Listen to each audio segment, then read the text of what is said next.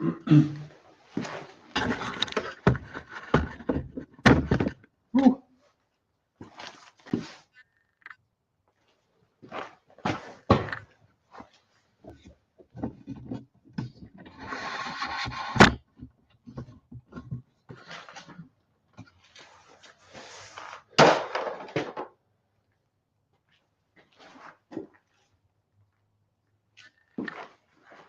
All right, we are live. Double check a couple things.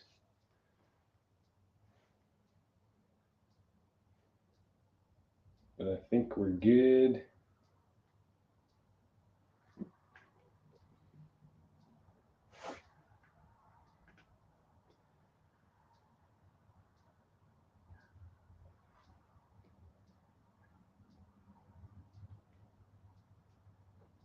Yep.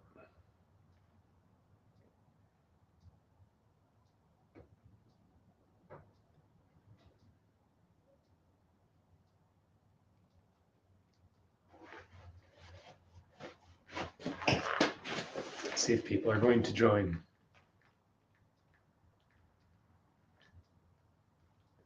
Right now, 0. But hopefully more than 0.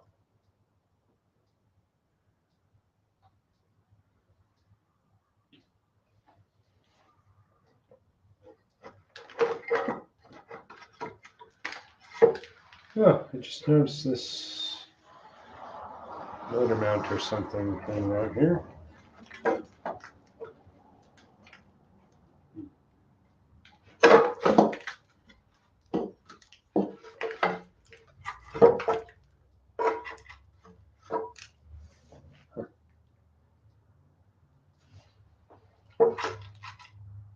Maybe it went like that. Very interesting.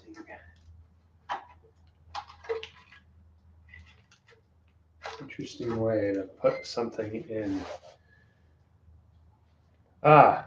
We finally have one viewer. Hello, single viewer.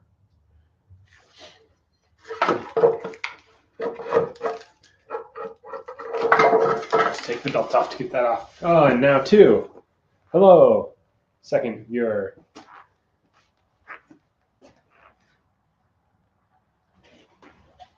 All right, since we've got a couple people in here. Oh, it's Lily. Hi.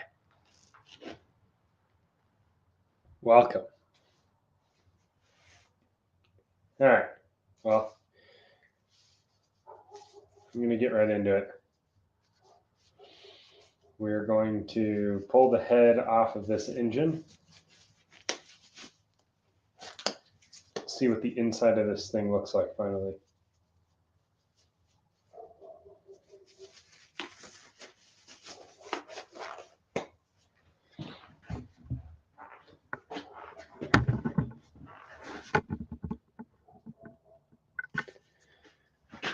All right, that ought to be pretty good.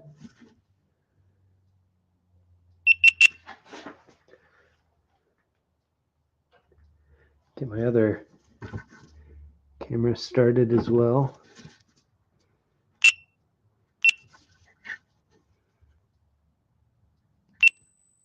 Okay.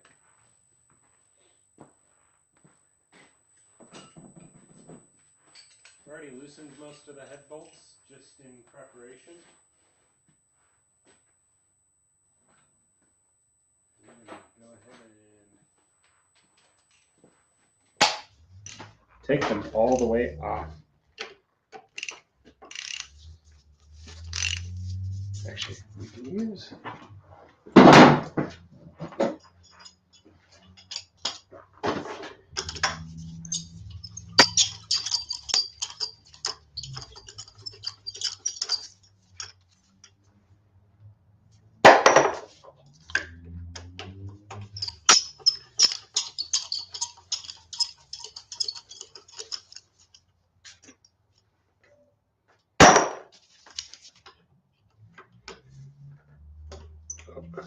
that one is on there.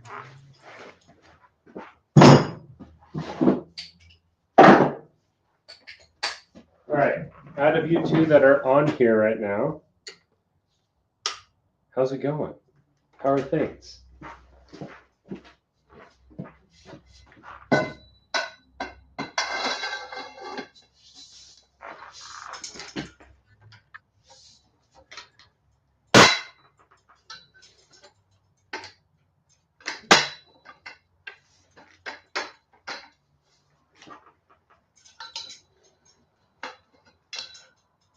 This one's on here.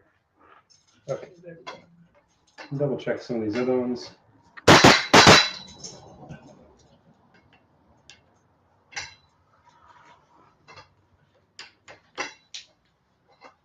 Yeah, okay.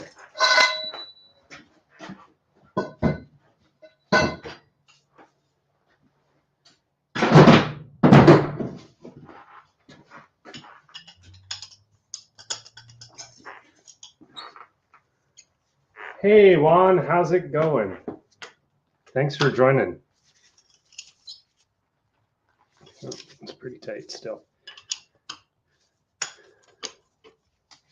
We're gonna get the head off this engine and see what the inside looks like finally. See if it's clean up or not. I have a pretty good feeling about it, but we'll see.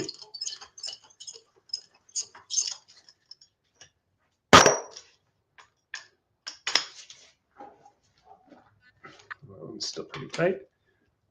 So is that one.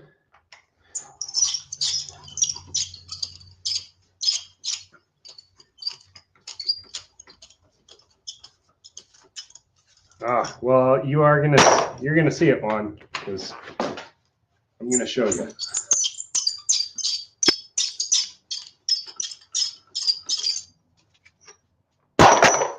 And this thing is just squeaking like crazy.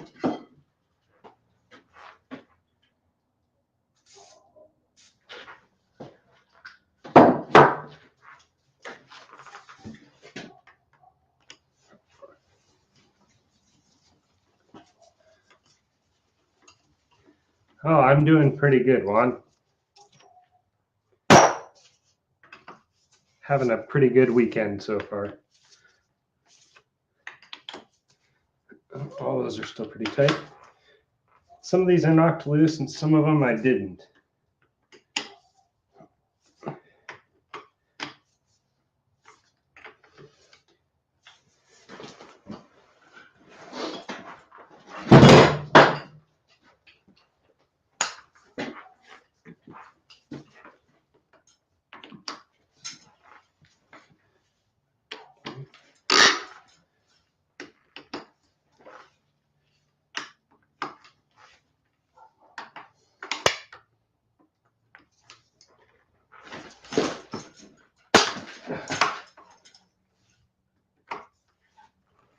I have no idea if this has ever been torn into or if it was when it was torn into last.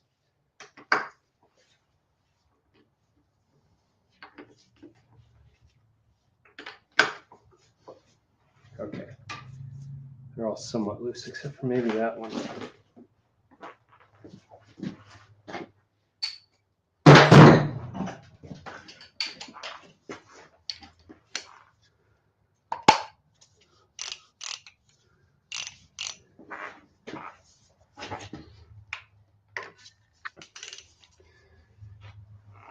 I don't know, Juan, if you're in the United States, but if you are, did you celebrate Thanksgiving?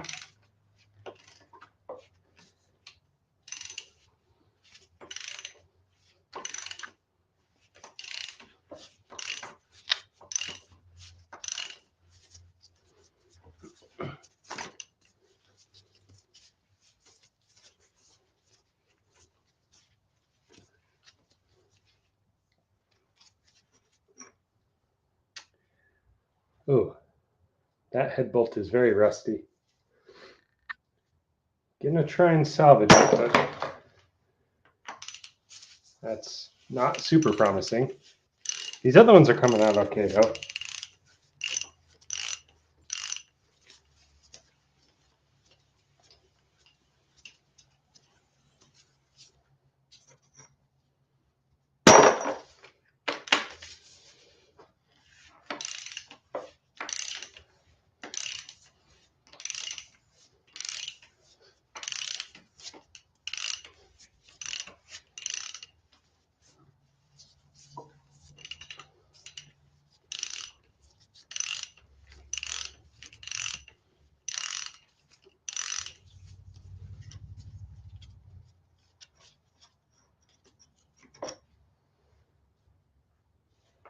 Yeah, they're all coming out pretty gunky and crusty so far.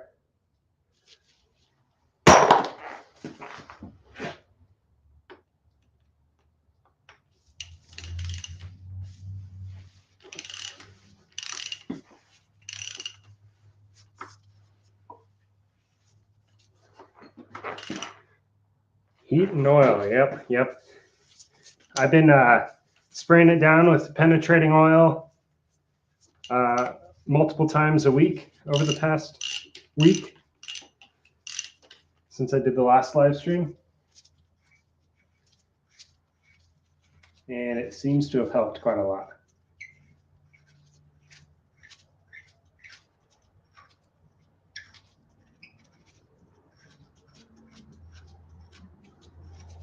I did also,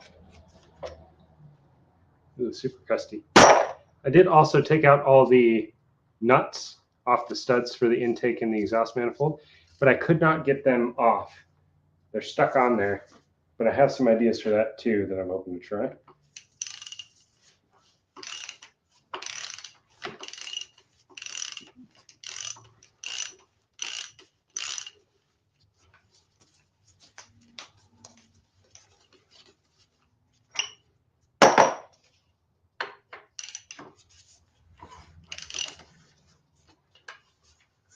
The other thing I'm hoping to do today is get this guy up on my engine stand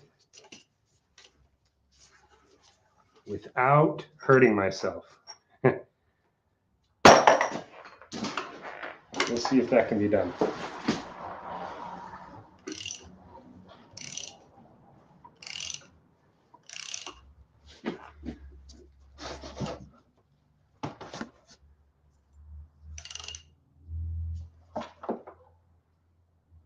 If it's stuck, take the torch out. Yeah. There's been times where nothing worked except the torch. I had a wheel stuck on a truck once, on a pickup truck. I got all the lug nuts off, but the wheel was stuck onto the hub of the truck. I tried everything. I sprayed it with oil. I kicked it with my boots. I tried dropping the truck so the weight would pop it off, which probably was not smart thinking about it now. But then I just hit it with the torch for 15 seconds around the hub, and it just popped right off. I just one kick and it fell off. So the torch, that's the way to do it.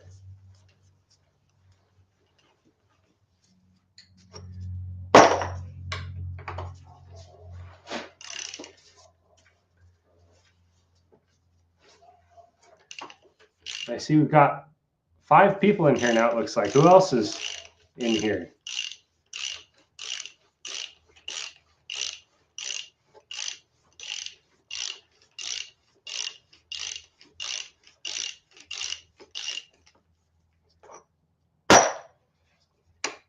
Something else I'm going to do today, probably around the 45-minute or 1 hour mark, is I'm going to do a drawing for a sticker, a free sticker. I will mail it out to whoever's name I draw. You got to be watching the live stream right now to be entered in.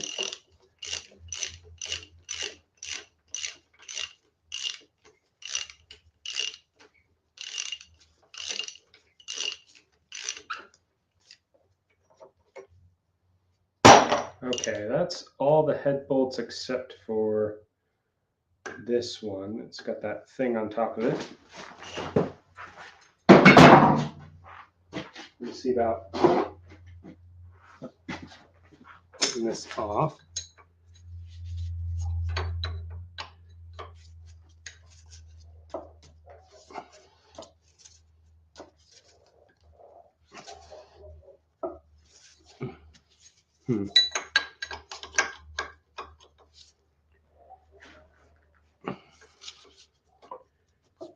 I don't know exactly what this is.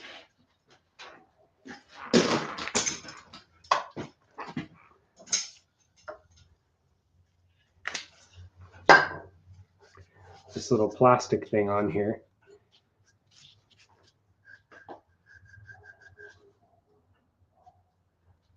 It's 5-star something on it.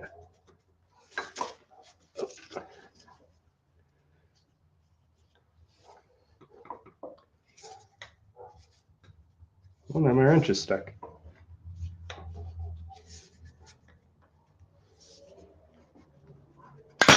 There we go.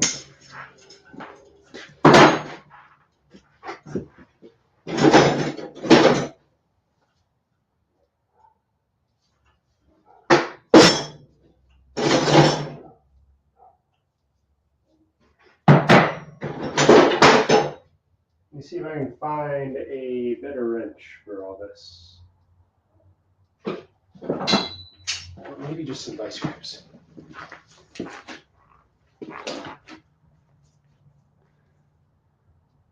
Sweet. If you win, it'll be on the toolbox.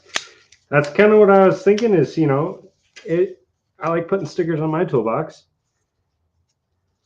I figure it's a good toolbox sticker.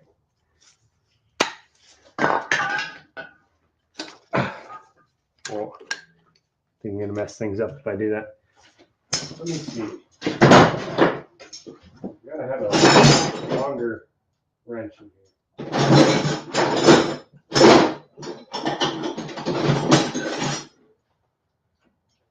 Maybe something I can put the cheetah pipe on and hopefully not break.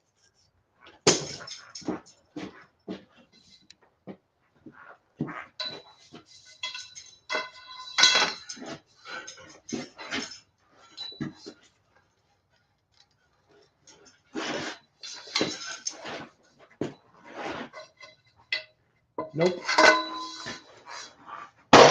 I think I just rounded it off. This is all I did. I'm pretty sure that's a head bolt. It's in the location of a head bolt.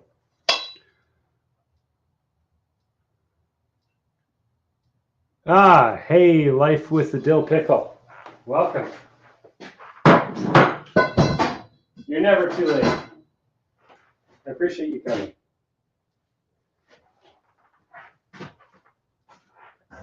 I need a solution for this. I wonder if this thing unscrews.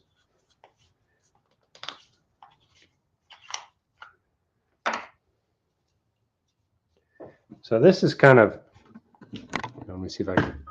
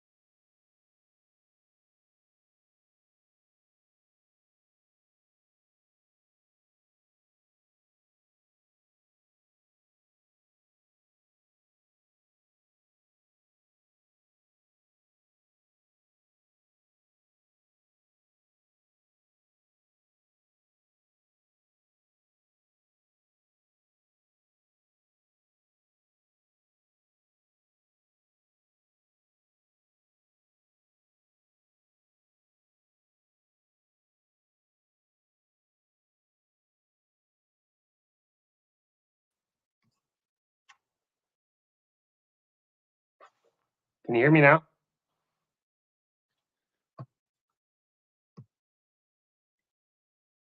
There we go. Okay, okay. Hopefully you can hear me now. Let me know if you can hear me. I bumped the camera and it came unplugged. I gotta figure out a better solution for that.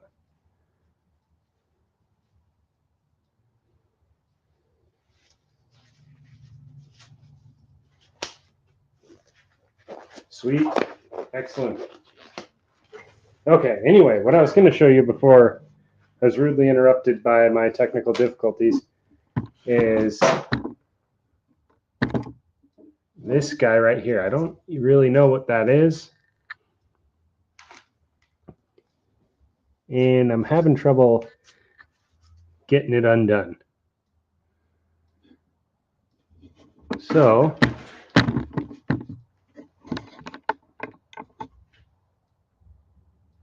I don't know what I'm going to do. Maybe.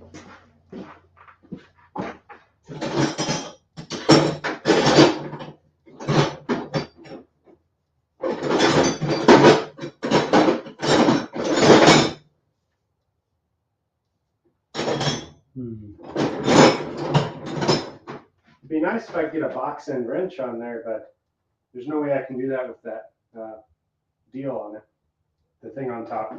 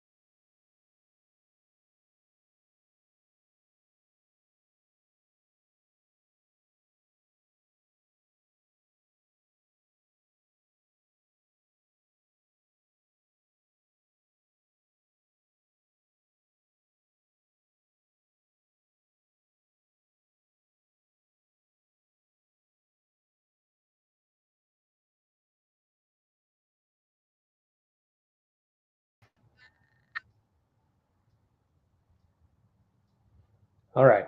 I think I'm sorry for all the technical mishaps. I think I figured out the problem. Yes, I like what you're saying there. Heat and a hammer. So I got to find myself the torch.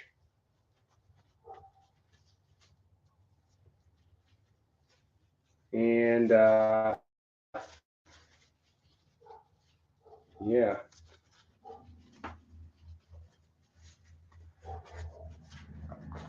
Hopefully I can find the torch because I moved recently and I haven't got everything completely unpacked yet.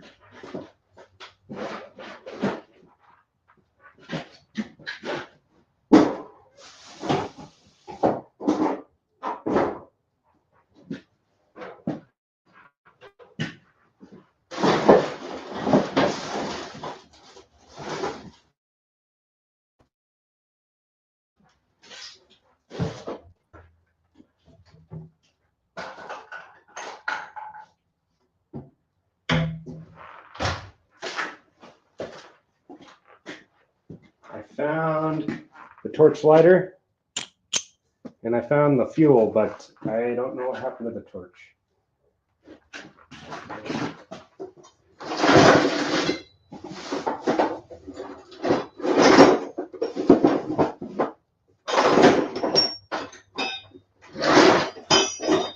Nope.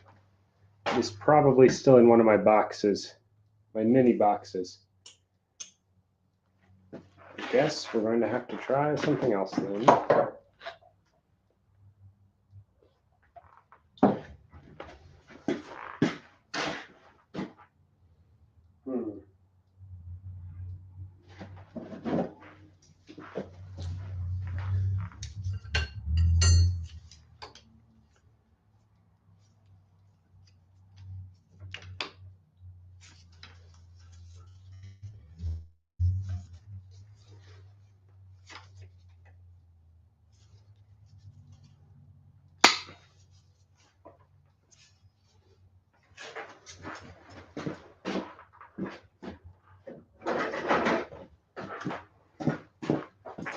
This is not recommended. Hopefully I don't, nobody tries this at home. But we'll try the hammer, but not the heat. And hopefully I don't break my vice grips in the process.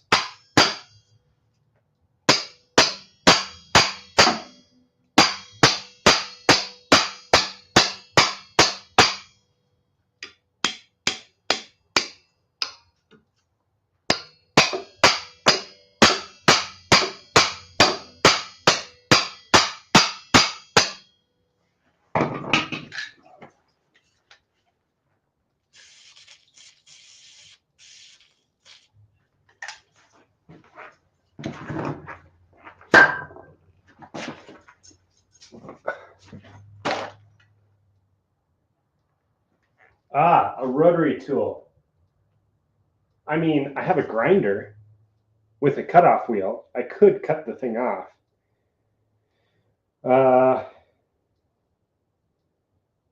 Yeah, but then I could cut the thing off.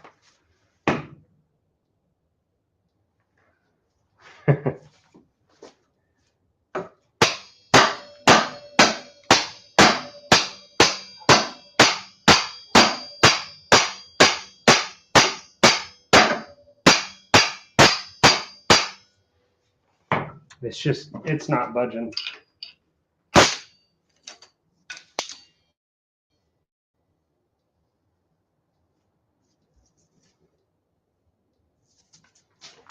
I'm starting to mangle the jaws on my pliers too.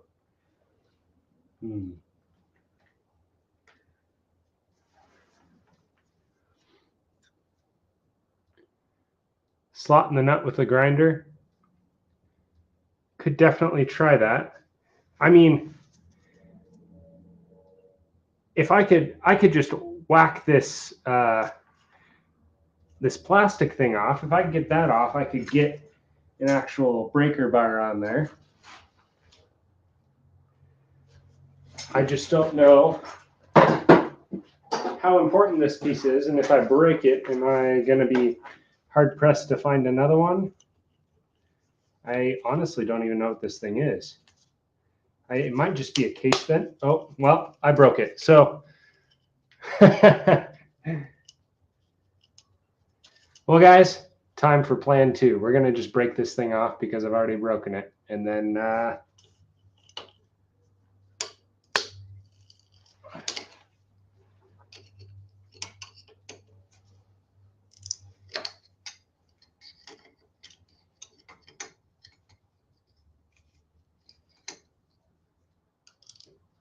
catch.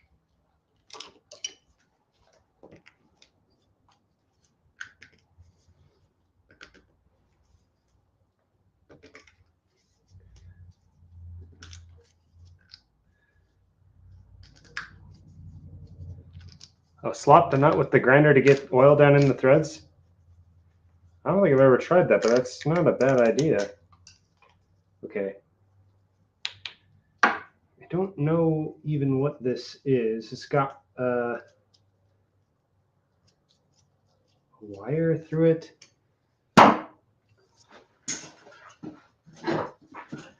It's just holding a screw.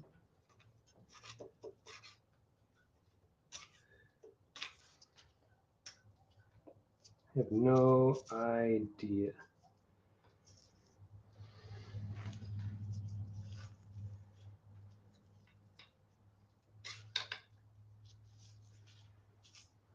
Whatever it is, it looks like it's messed up. So I think I'm just going to do the reasonable thing and just cut it off.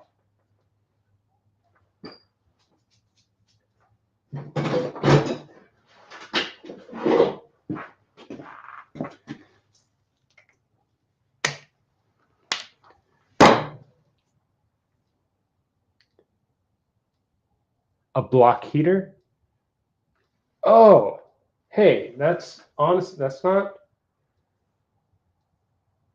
a bad idea, actually. This does have some writing on it too that I can't really read. This is the cap. I'm not sure if it's going to focus, but it's pretty crusty, so I can't quite read it.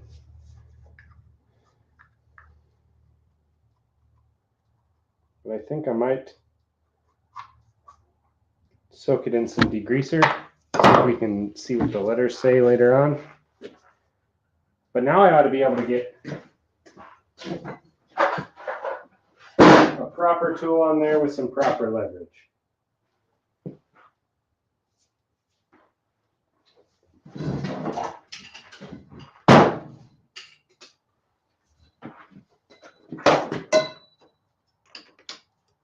Yeah.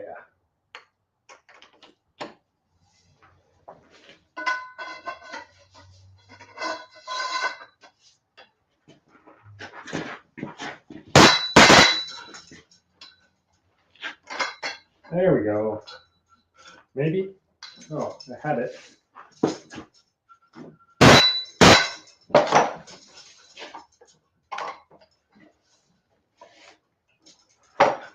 Yeah.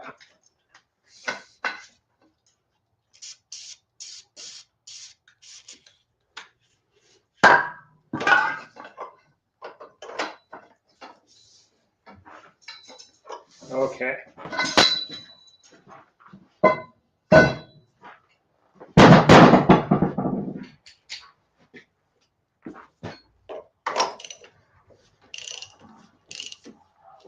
Sweet, this head is coming off. Last bolt.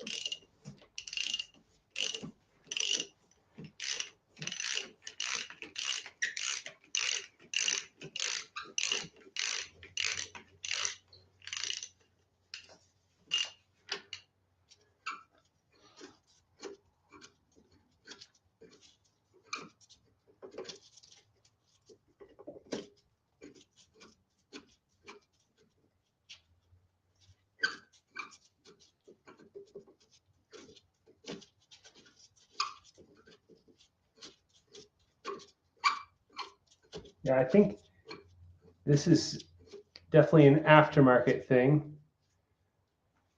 Oh, get out of here, you freaking bot. Never seen that before. Yeah, I can see that.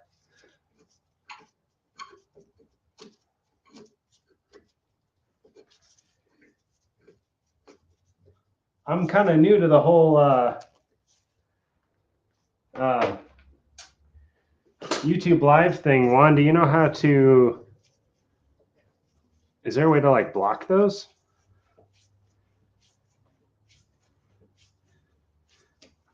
Dang, this thing is like really long. Oh, I'm pulling, oh. Huh. I'm pulling the whole stud out. Wait, no, wait, hold on. What am I saying? This thing doesn't have studs.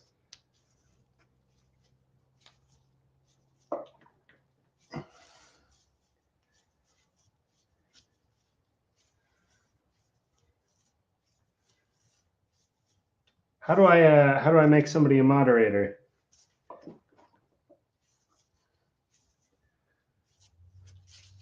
Is that on YouTube? I can go in there and do that. Also, Mr. Dill Pickle, I think you might be right.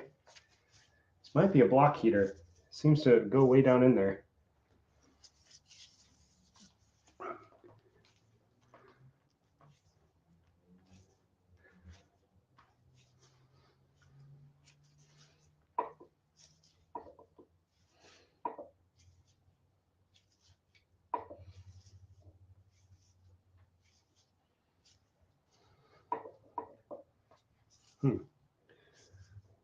Click the 3 dots and the option will appear. Okay. Let me do that real quick.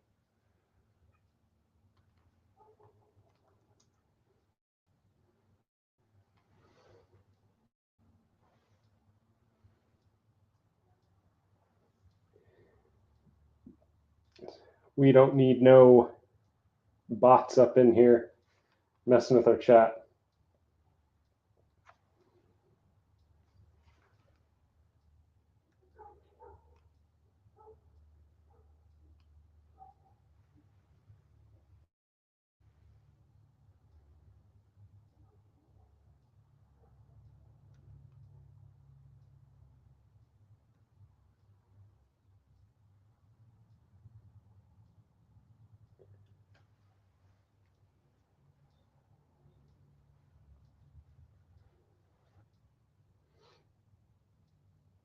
This thing is taking a while to load.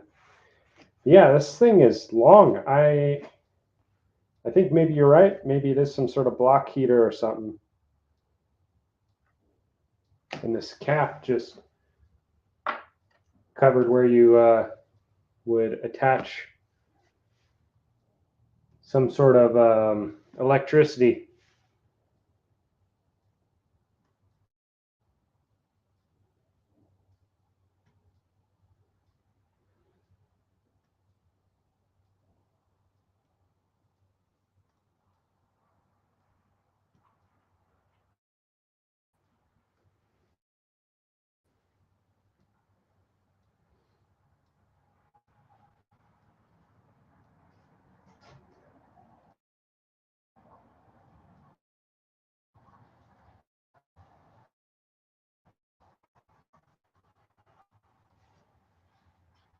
Very, very slow connection.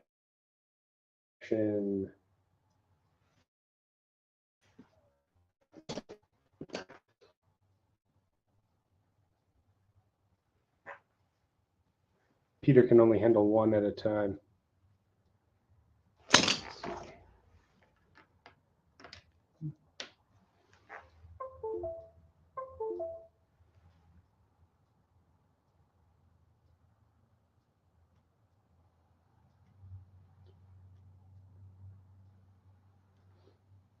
Yeah, Juan, I'm trying to bring that up, but it's slow.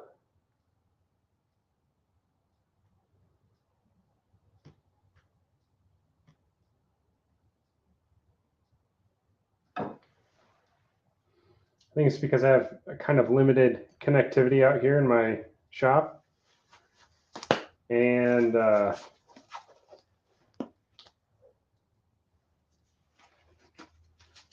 well, now it's not working at all.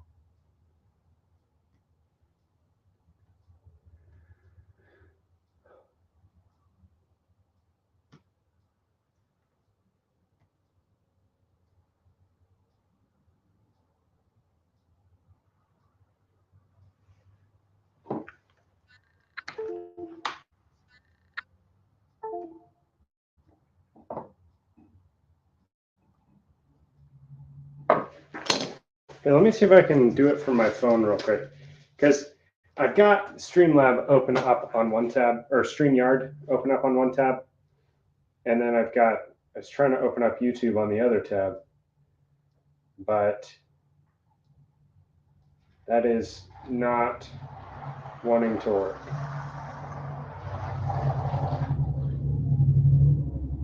So if I go in here,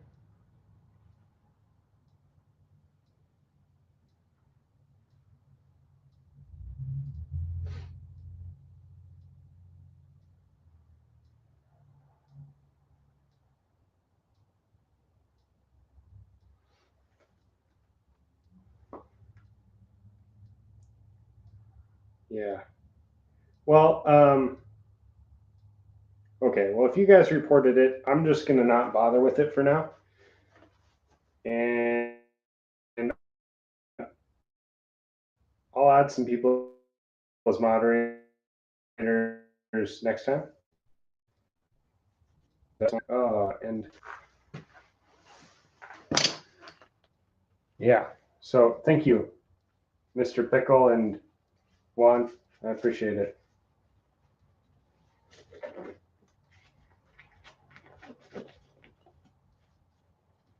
Oh, my gloves are falling apart. Okay, let's see if we can get this thing out of here. The gloves were a request by my wife. I don't normally wear them, but she asked me to. So I was being kind and wearing them, but I think I need to buy an entire package to keep out here in the shop so that when they tear like that, I can grab another pair quickly.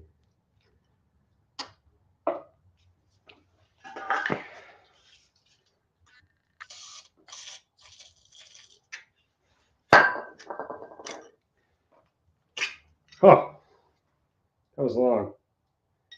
Okay. Yep. I think Life with a Dill Pickle, I think you called it. I think that is definitely a block heater. Yes, you're right, Juan. She definitely has a good reason. And that's why I'm going to continue to do it. But for now, my hands are going to get dirty. I'll just have to wash them really good. Okay. Moment of truth.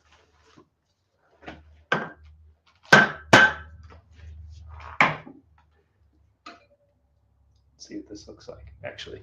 Let's get this vacuum line out of the way first.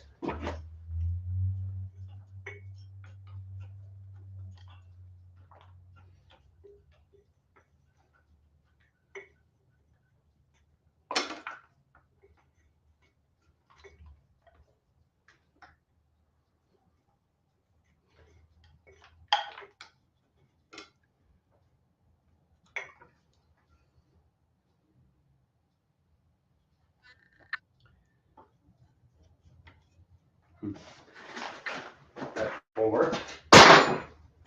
All right. Oh.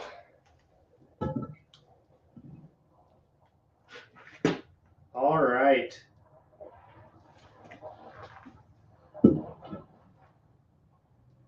The head looks like it's in okay shape.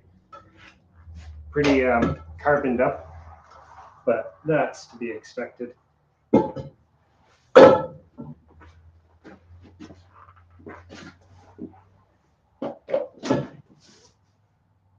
And we got some garbage in here on the intake valves, but overall not bad.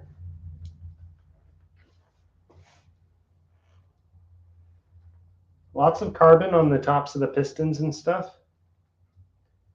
But, actually. Let me bring you over here. Looks like we do have a damaged piston. It's not ideal. I was hoping to reuse all this. It almost looks like there's damage on this side too. Maybe something fell down into this piston. What is that? It's like a nutshell. But overall, it looks okay. Just very, very, very dirty, very carboned up. Let's see if I can get you over here.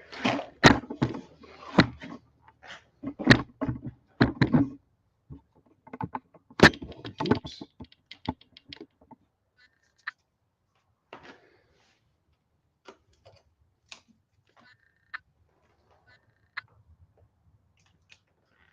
Yeah.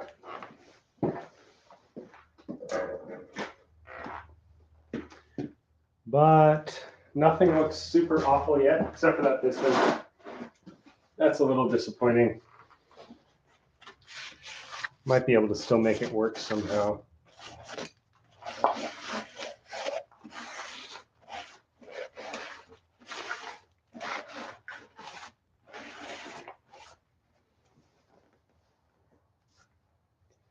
But it looks like this engine has seen quite a lot of life. Yeah. Check the bore. Let me see.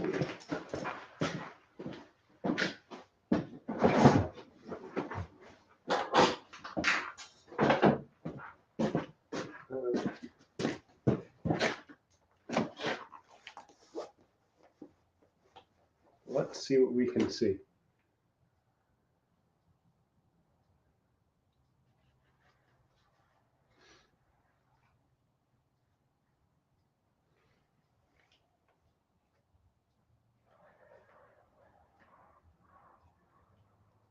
Well, the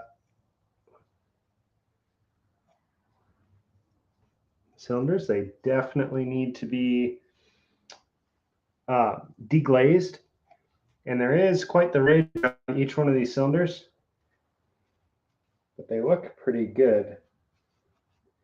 I don't have my caliper thing handy.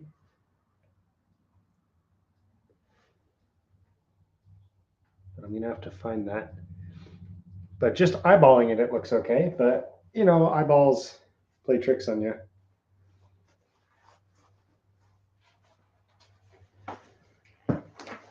Here, let me show you. Stop this camera here. Let me show you the head here real quick. Ooh, sorry about that. Don't want to make you sick.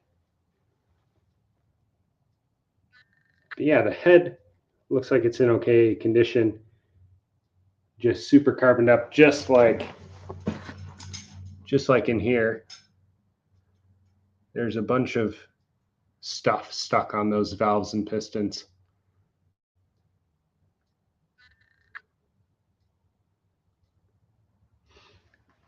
Yep, that's what I'm thinking, Pickle and Juan.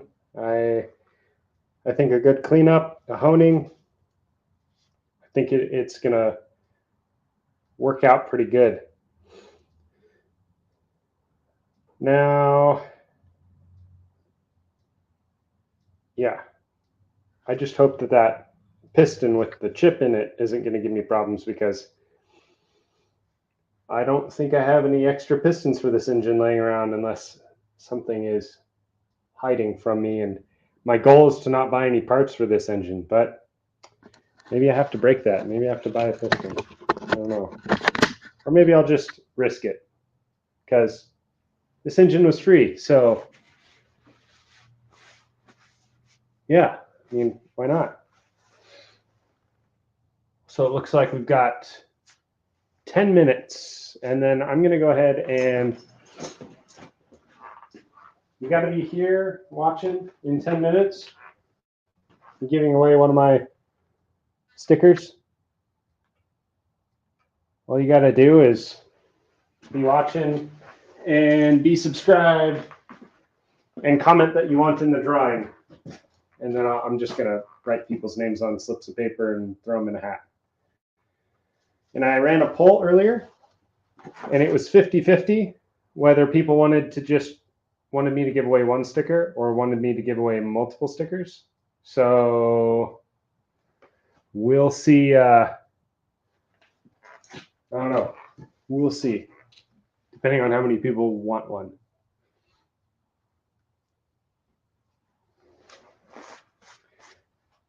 I think what I'm going to do next is, I was unable to get the intake and the exhaust manifold off together earlier when I was messing with this, but there's just 4 bolts holding them together. I wonder if I can take them off separately and see if Yeah, see if I can't get them off that way. I'm gonna get this winch out of my way.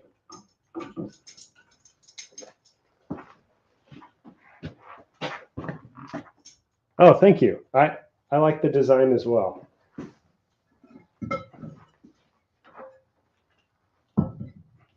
So yeah, in the next 10 minutes, comment if you want to be entered into the drawing for a sticker.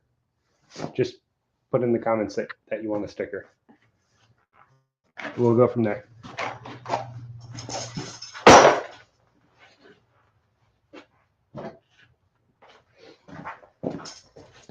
And I would guess these are 1/2 inch. Yes.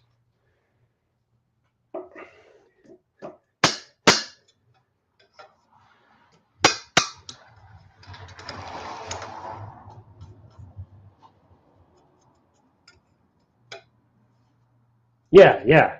That's what I was referring to as well, Juan, is the sticker.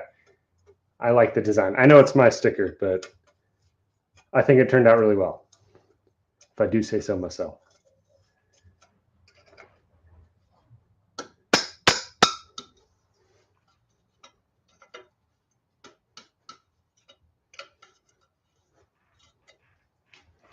Actually, let me get my other camera rolling again, too. I'm going to bring you down closer as well, so you can be part of the action.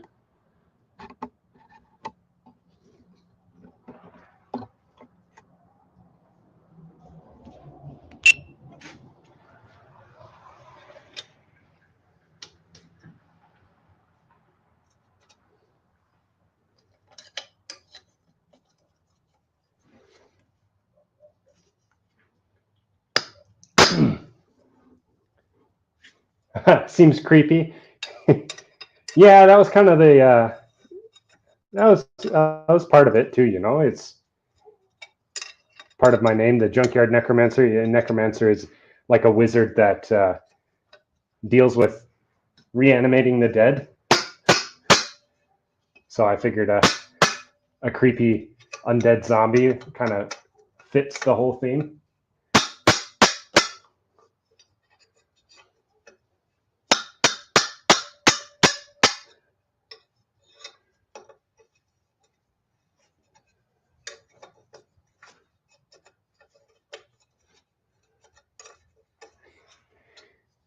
All right, sweet.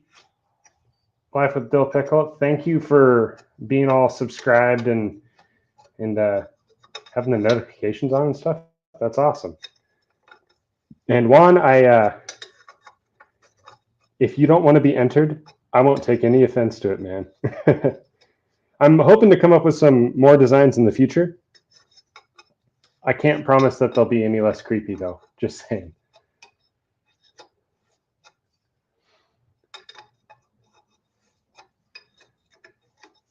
Oh, thank you, Dill Pickle. I appreciate it. It took me a little bit to think about, and I wanted something kind of original, and ran it by a few friends, and they thought it was cool too. So the name, that is. Okay, Juan. No sticker for you. That's fine. I appreciate that you're here hanging out. It means a lot. And to the other 3 people that are apparently watching that aren't commenting, thank you for being here as well.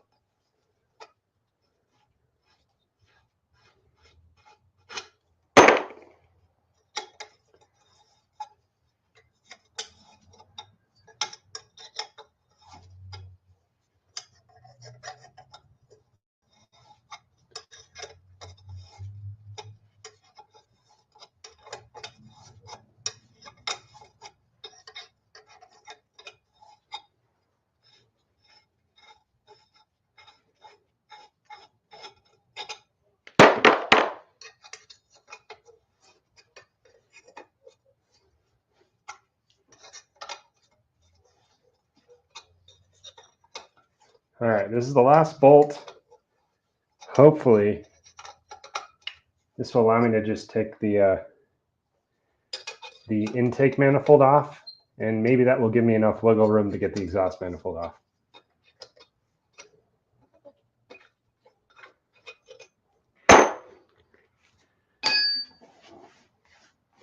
All right, persuader. Nice. It's a lot easier than I was expecting. Oh, maybe.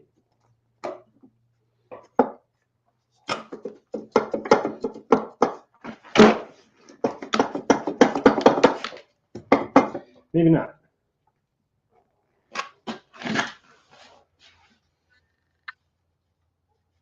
Oh my goodness.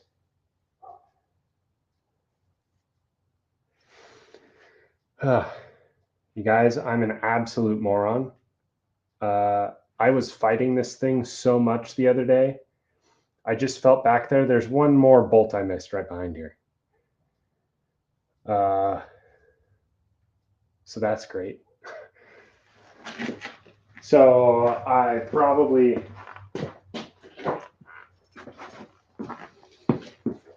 wasted a bunch of time.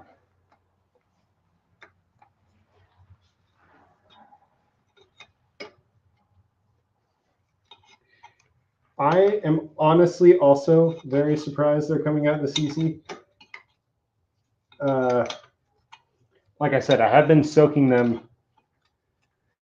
About every other day I'd come out and soak them for the past week with some penetrating oil. But also I think that might just be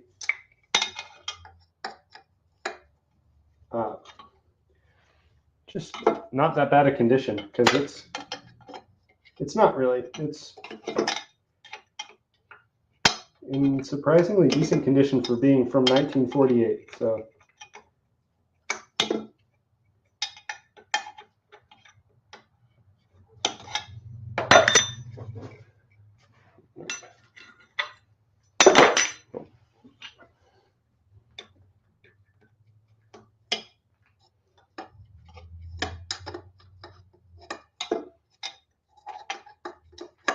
And this one's coming out easy too, but it's in kind of an awkward place.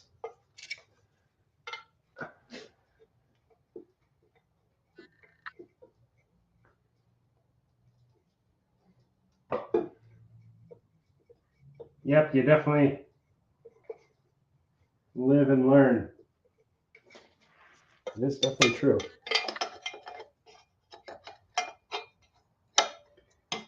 I have broken off many a bolt, and I can tell you that it is no fun repairing broken bolts. So I do all I can to not break them. But I'd also know how to deal with them if I have to. Okay.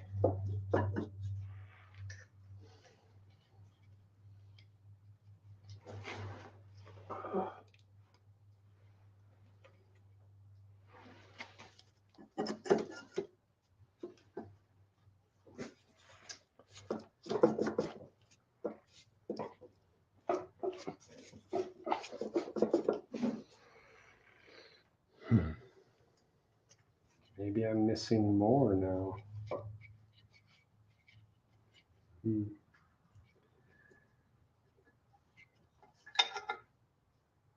Okay, got that one out. Let's see. Okay. Intake manifold off. I think it's really interesting that it's a 6-cylinder, but they only have one port for every 2 cylinders. I feel like that's not a whole lot of flow, but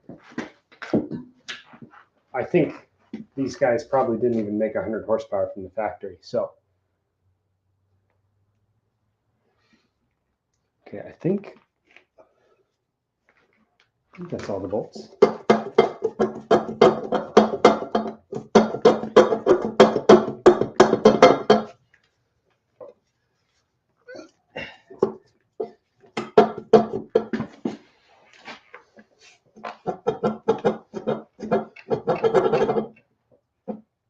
Oh, that stud looks broken. That's no good.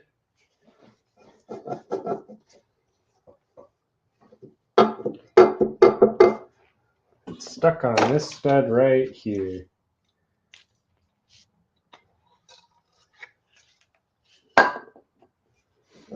But this one is broken. So I tried not to break anything and I broke stuff anyway. That's how it goes.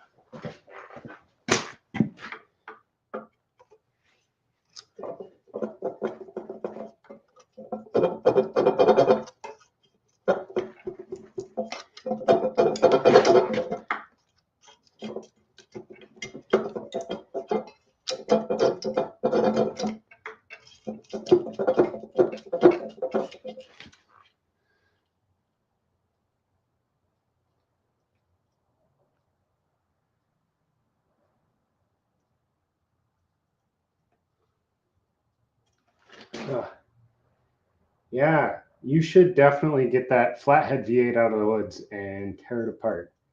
And you should make a video on it because I want to see it because that's super cool. Also, we've been going for an hour and 2 minutes. So we're going to raffle off the sticker. And since the only person that has commented that wants one is Dill Pickle, you know what? You won, sir. You gotta get a hold of me somehow so I can get your address without saying it out to the whole world. You can email me, or I do have an Instagram that I'm on occasionally.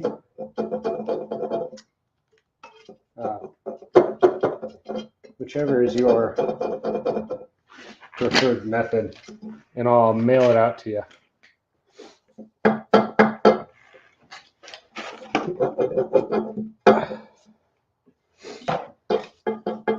This is another place where heat would really come in handy.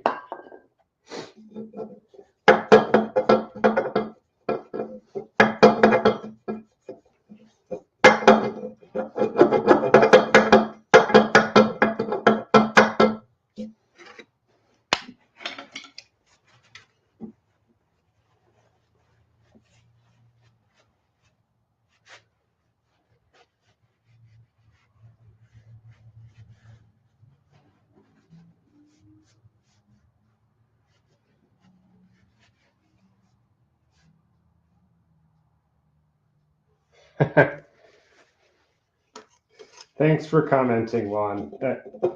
I would send you a sticker too, even though you don't want one.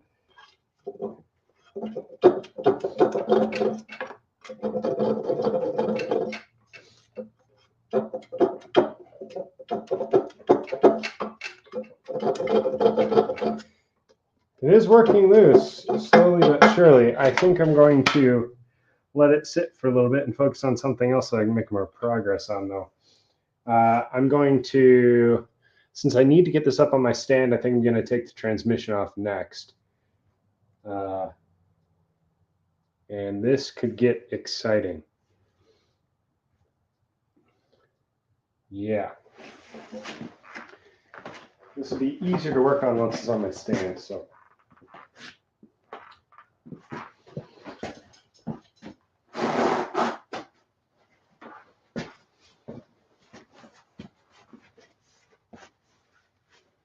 I need to Hulk out. I don't know about that. I don't have Hulk strength.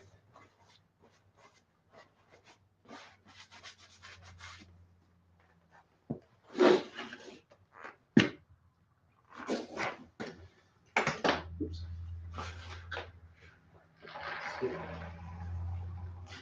One of these.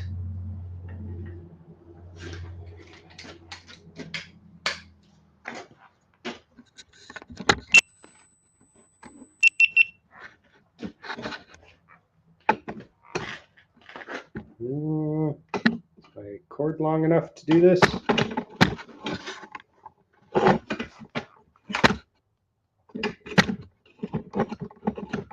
There you can kind of see it.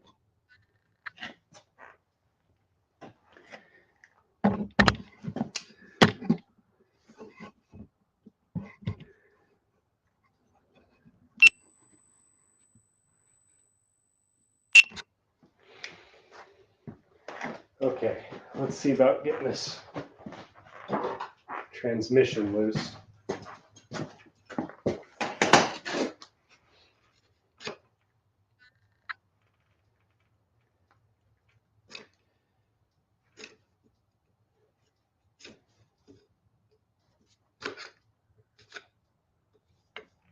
There's so much gunk on these bolts. I can't even get a tool on it.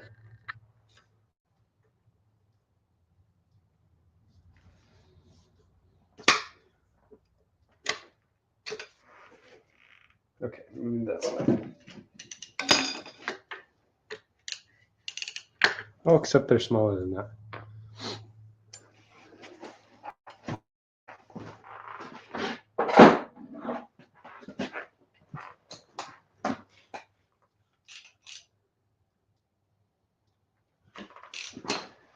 Oh yeah, of course I wish I had Hulk strength. I mean, you know how much I could do with some Hulk strength?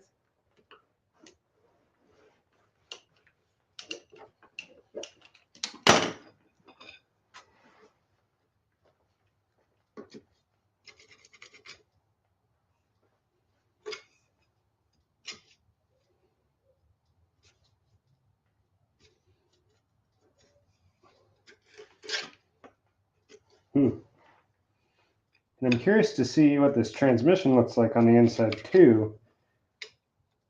So I'm going to be tearing it apart at some point.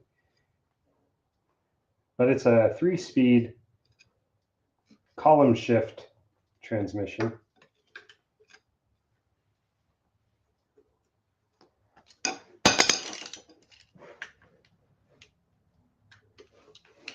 So that's cool. Sweet.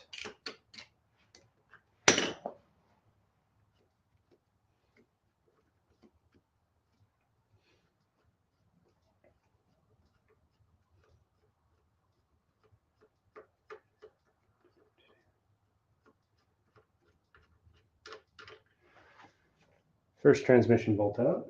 Oh, I need a container for these.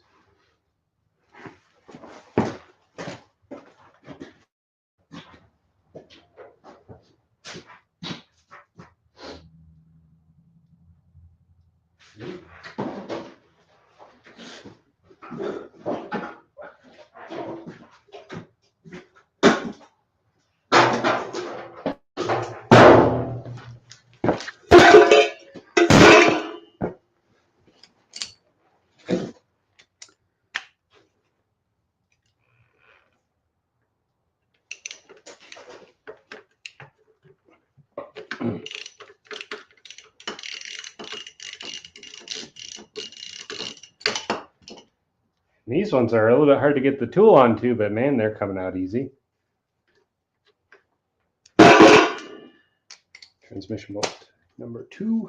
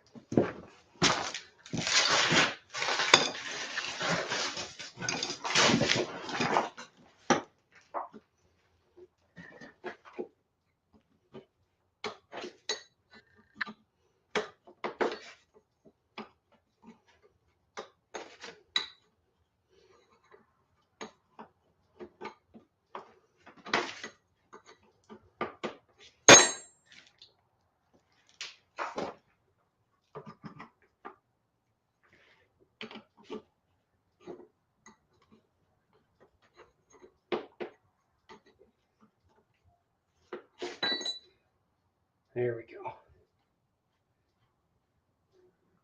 I love how these manual transmissions are pretty small and easy to take apart.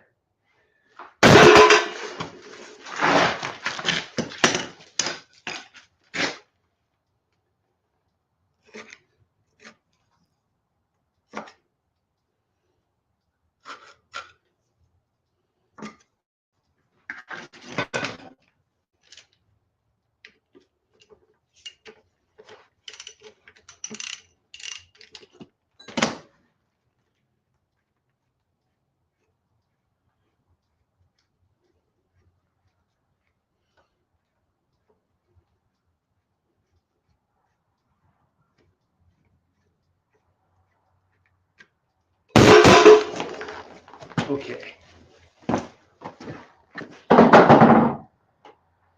Now here's the potentially tricky part. Got the transmission unbolted, but gotta be able to tilt the engine forward a bit so I can lift the transmission off the ground and disconnect it from the engine. Also without having the engine roll over onto my foot or, something that would not be good for my health.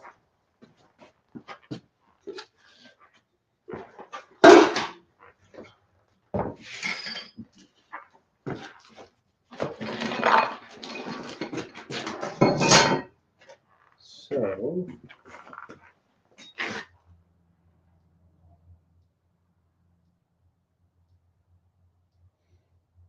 release the shmoo. Yes.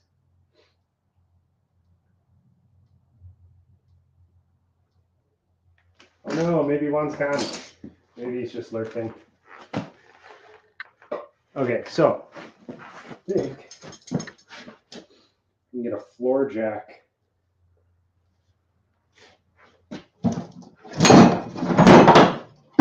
under the balancer and get these pieces of wood out from under here.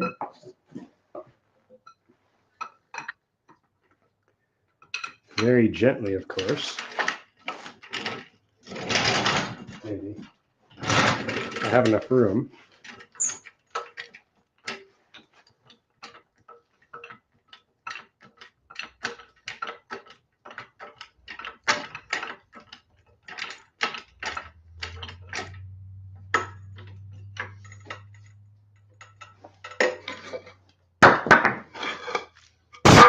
There we go. That's exactly what I wanted. Sweet.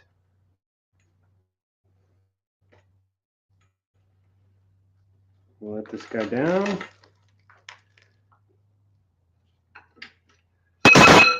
Ta-da! Okay, now let's see if I can get this transmission out.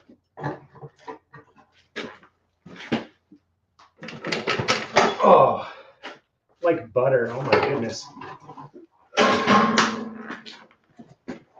And then we have a nice transmission.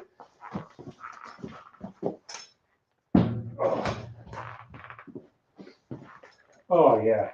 Okay, that went a lot smoother than I was expecting. I still have all my digits.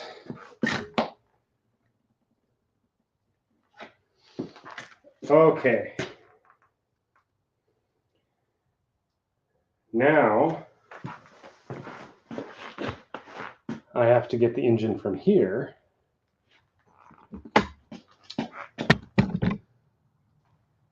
over to here where my winch is so I can lift it off the ground. Or actually, it needs to not be on this hook. It needs to be on this chain. And to do that, I'm thinking maybe carefully lift it again with the floor jack and rotate it towards here till we can get the chain on the winch. I'm just going to use a couple of the head bolts for the chain on here.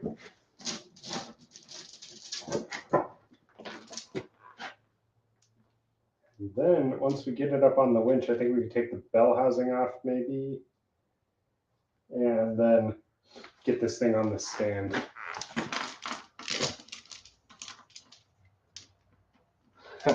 She definitely will appreciate that I still have all my digits.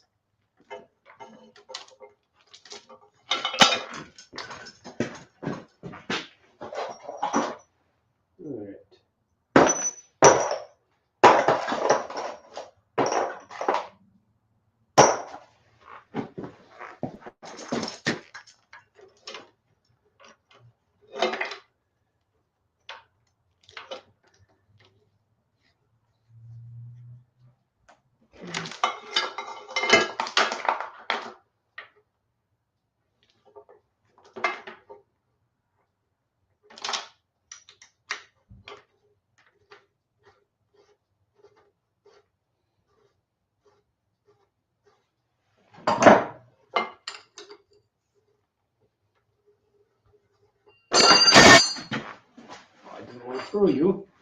Right.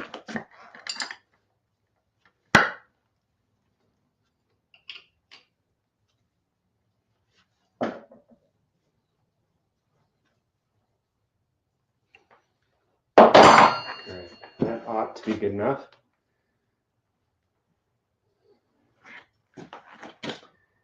Okay.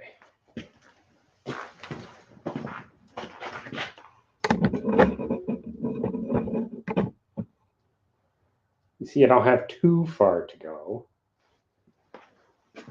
but I don't think I can just hook it up how it is, because I feel like that would topple it over and could end up getting hurt. That's what we're going to try and avoid. It'd be nice if I actually had an engine lift, but unfortunately that is something I do not own at the moment.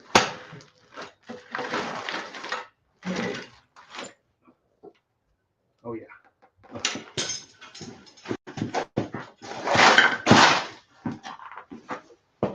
Also, there's some old newspapers under this engine, and I want to see if I can find a date on them, because I think that will tell me about how old this thing is. Or, well, about how long ago it was put on the garage floor, that is.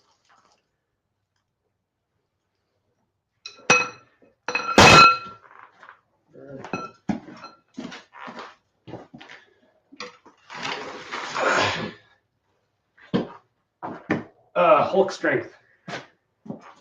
Actually, it's not. I'm surprised it's not too terrible.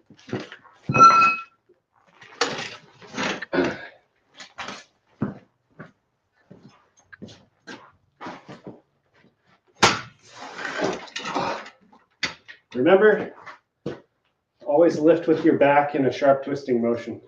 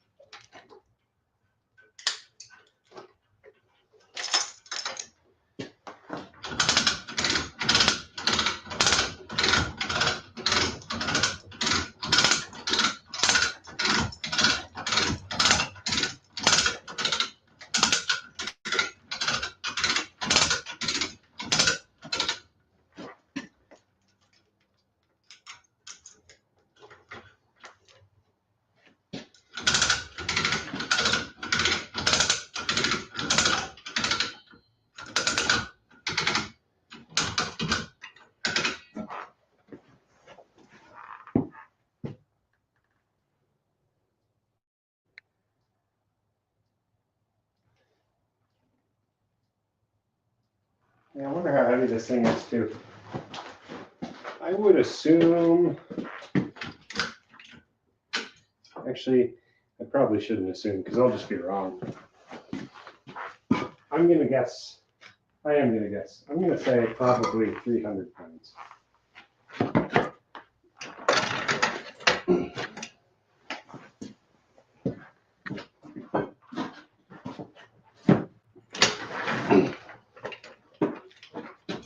Okay, I think we're close enough now. Yeah.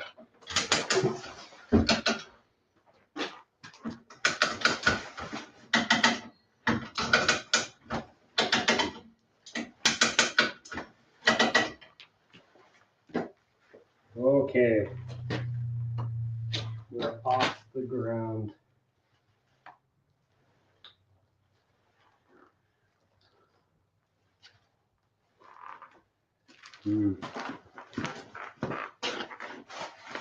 Let's see. I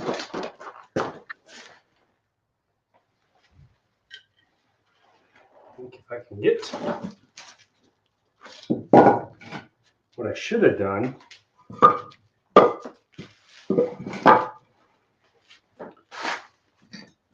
is I should have gotten the starter off first, because it's attached to the bell housing. So we're going to support it like that and get to it.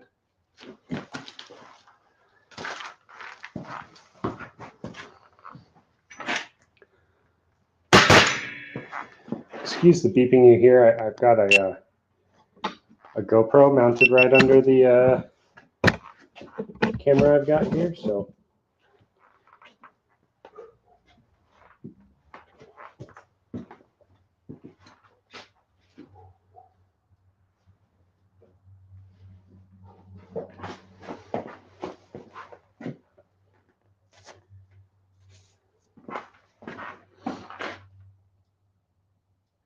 Yes, we have a liftoff.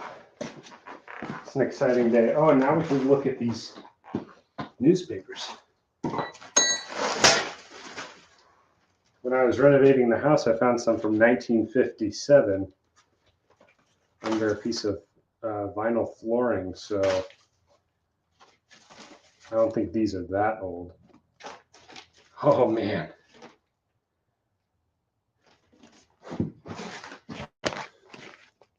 There it is.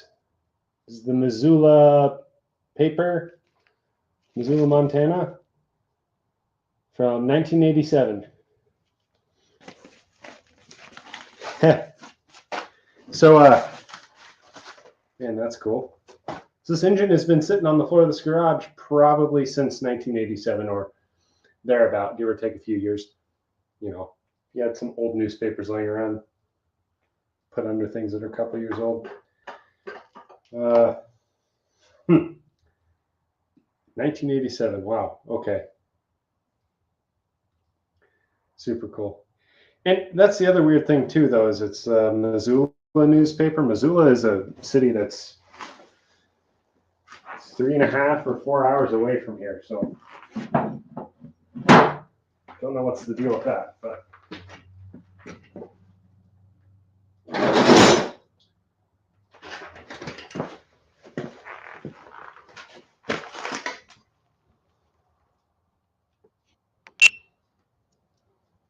I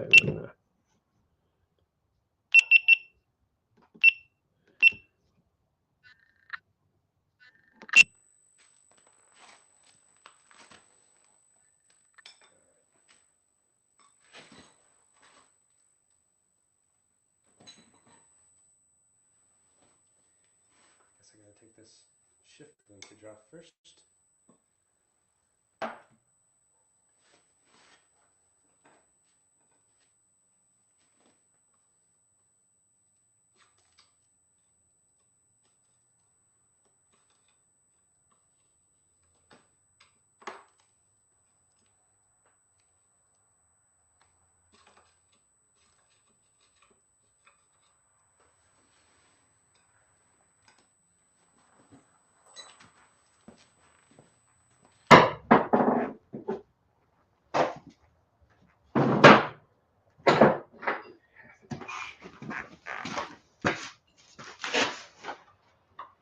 Or a 9/16.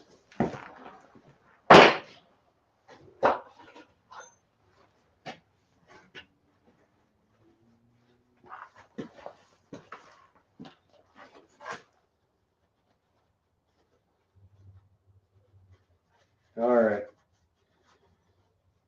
So 1987.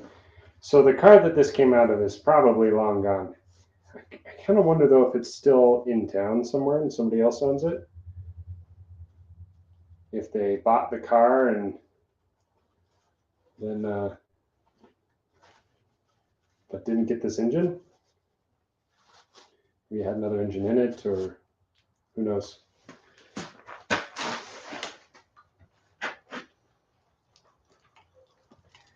No, maybe it is a 1/2 inch. These are just so crusty that the 1/2 inch wouldn't fit.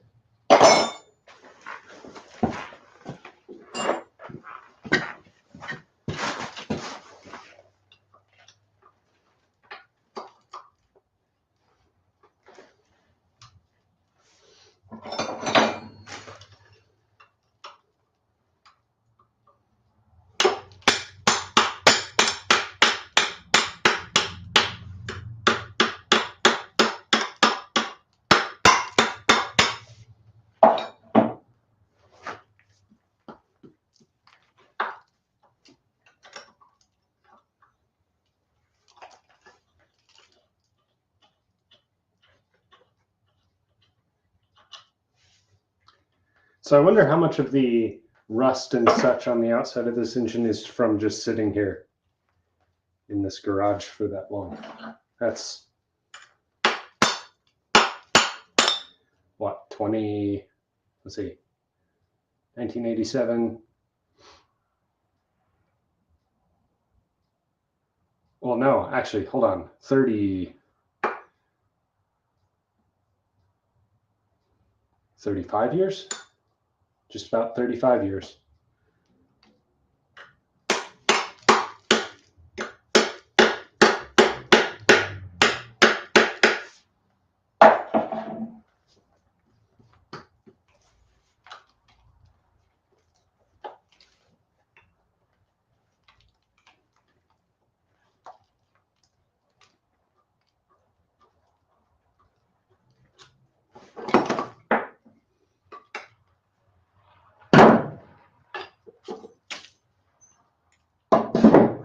Shift linkage out of the way. Now we can access the other bolt here to the starter.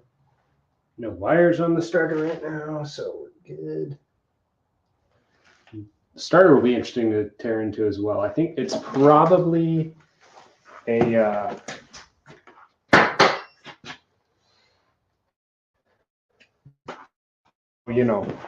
6-volt. 6-volt starter.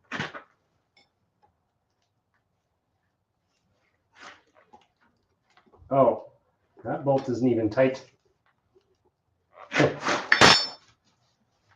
is kind of tight.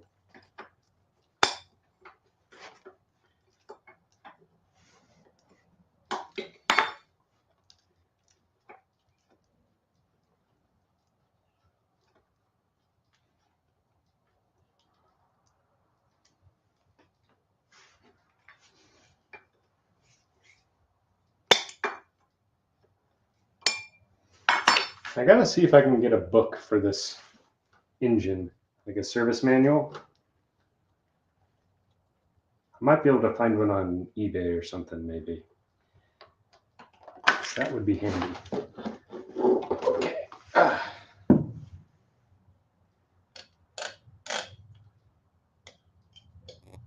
All right.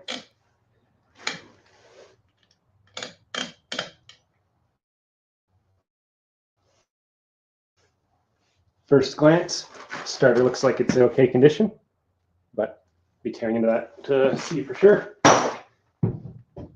It doesn't look super chipped or anything, so. All right, now we can tackle this bell housing, I think.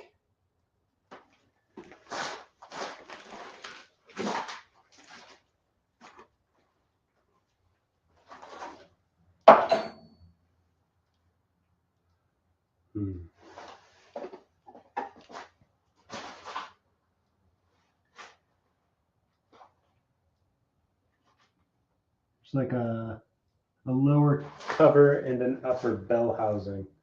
I think I got to get to that lower cover first.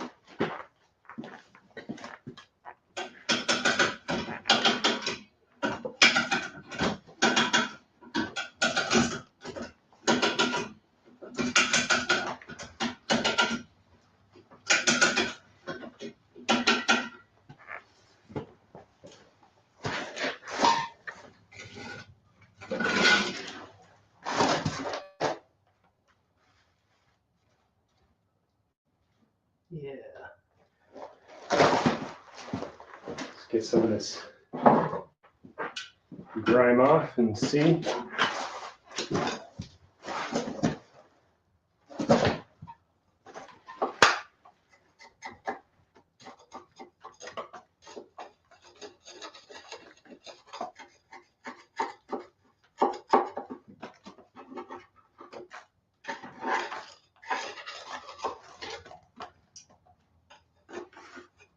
Looks like just 4 bolts.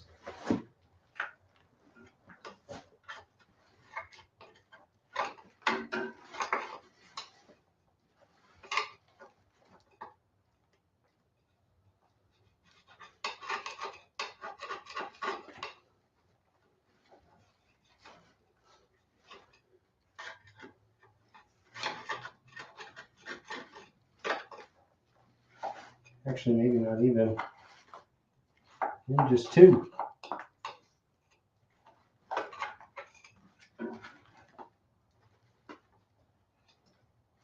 That can't be right.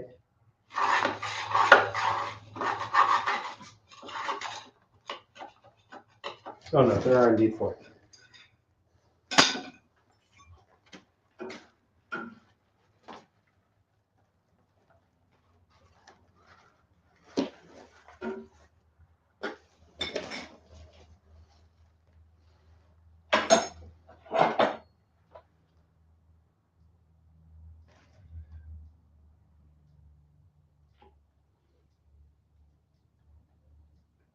You don't plan on losing this awesome moment?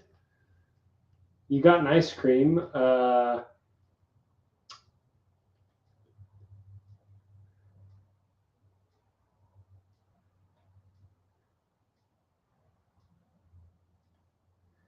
Yeah, you didn't miss anything important. I am just, I got the starter off, and now I'm taking the bottom,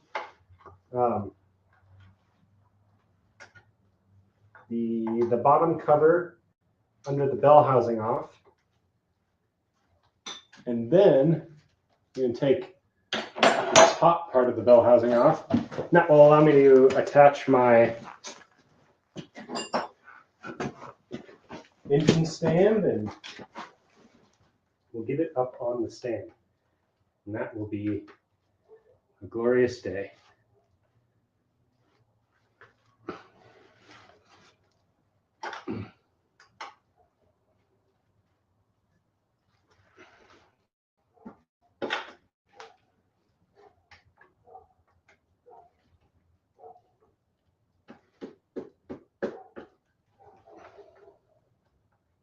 But there's only 4 bolts holding the bottom cover on.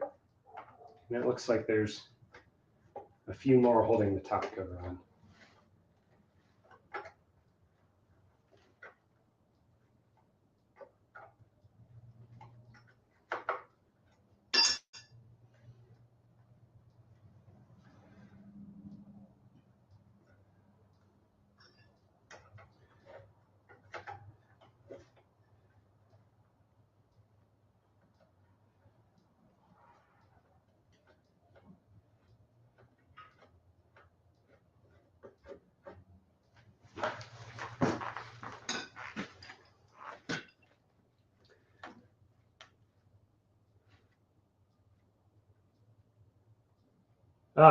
This is a Walter. It's a Chrysler 218 out of a 1948 Plymouth. At least that's what I think. I actually don't know because this engine was abandoned in my garage when I bought this place. And so we've got it up off the floor and found out that the newspapers underneath it are from 1987. So there's a good chance that this engine's been sitting here for that long, just on the garage floor.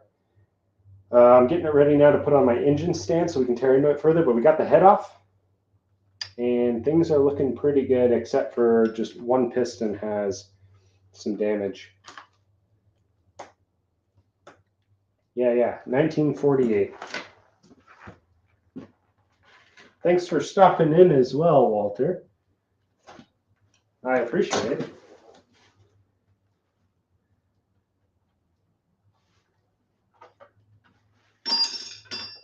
Yeah, I'm recording some footage along with this that will eventually end up in a full-length video as well about this engine. The idea is,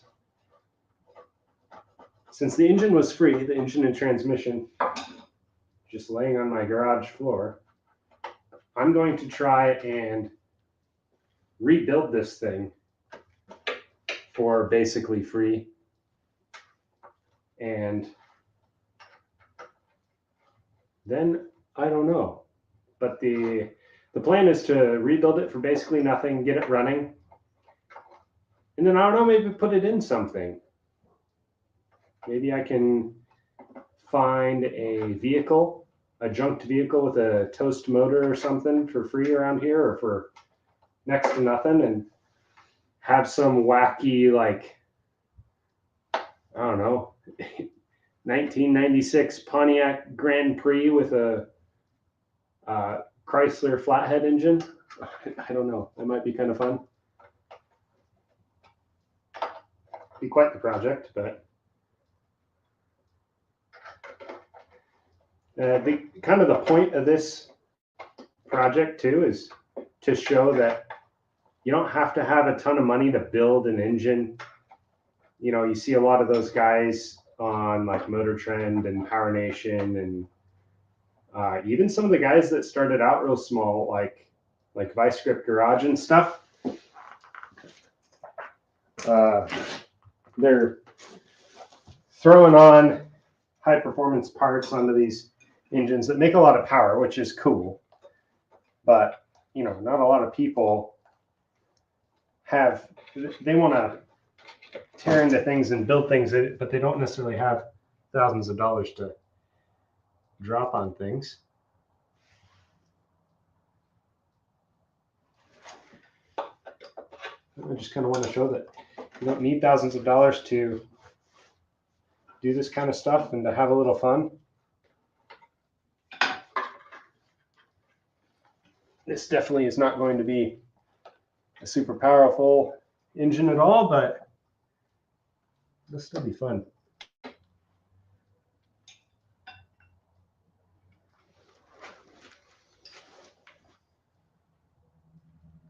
Hey, Shopcat Industries, thank you for dropping in.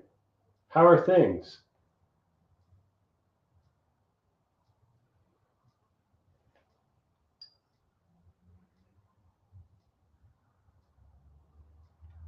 There's a Miata with a Chrysler inline six, like one like this, or like an overhead valve one, like a newer one.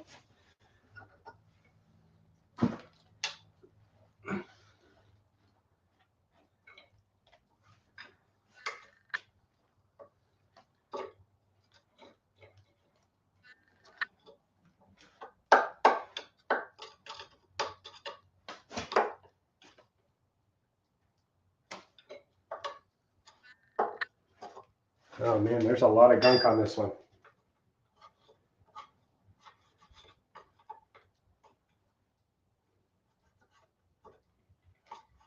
I think I kind of need to just soak this thing in degreaser for like a week and just let everything just kind of run off.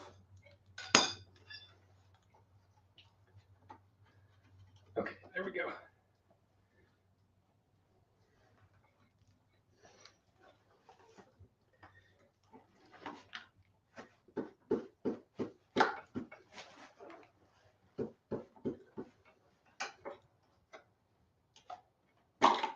Ouch.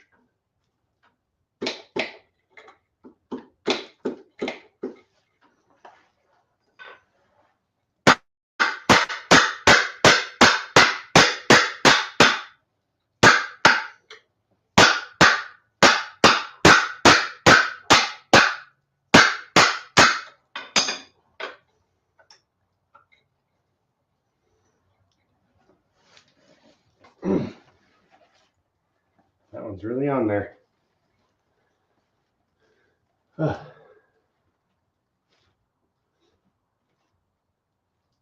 Your video from yesterday took off. Which video was that? What was it about?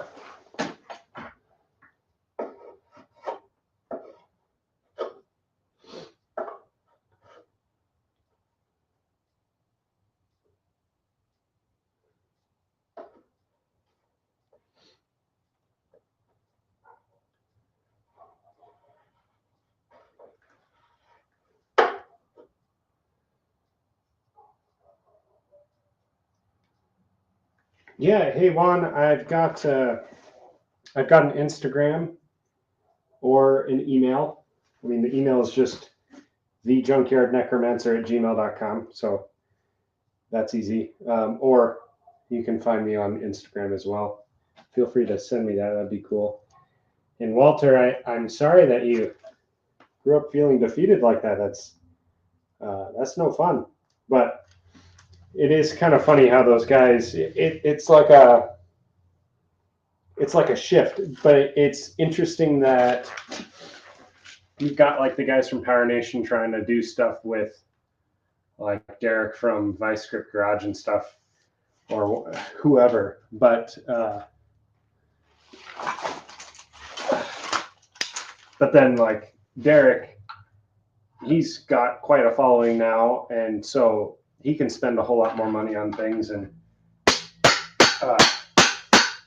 build some pretty crazy cars.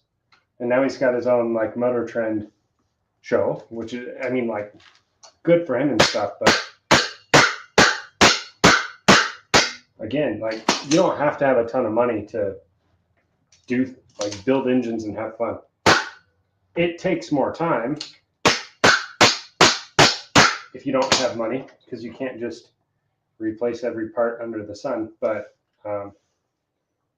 you can do it.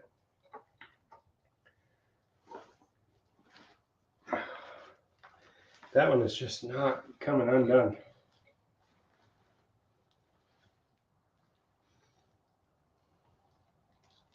Oh, maybe because I'm an idiot and I was going the wrong way.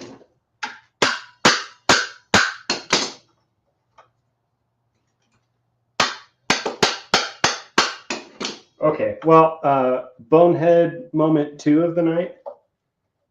Fighting this bolt because I was trying to go the wrong way. I'm lucky I didn't break it. Now it's coming out easy. I feel like I do that more than I'd like to admit, especially when I'm distracted with other things like, you know, talking to you guys. Okay.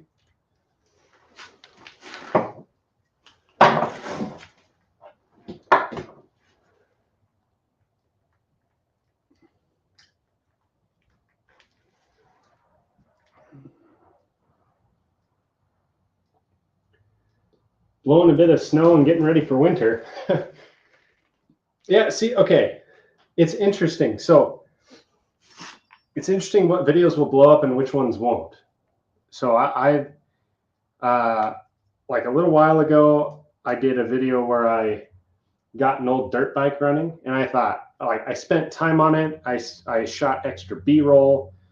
I spent extra time with the editing and everything, and it flopped compared to some of my other videos. It did okay, but not nearly. I thought it was just going to take off. Didn't do that well. But then I have a video where I'm just talking about the tools that I use, these vintage Plum tools, and why I love them so much. And it's literally just me talking. And that is my highest viewed video. And that's what's gotten me the most subscribers and all that. And it was just like something I was like, I'm going to put out a video this weekend. What should I do? I'll just talk about my tools. And like no effort. And all of a sudden, boom, blew up. So get what you mean. That kind of stuff happens. It's weird. And yeah, Puddin's Fab Shop. I like his stuff. He makes good stuff. I understand why he replaced Vice Grip Garage for you. And I'm up here in northwestern Montana, where it's cold and snowy and there's lots of mountains. So yeah, hopefully I'm going to be working on my F-150 here soon too, and maybe we'll get some footage of driving around in the mountains as well.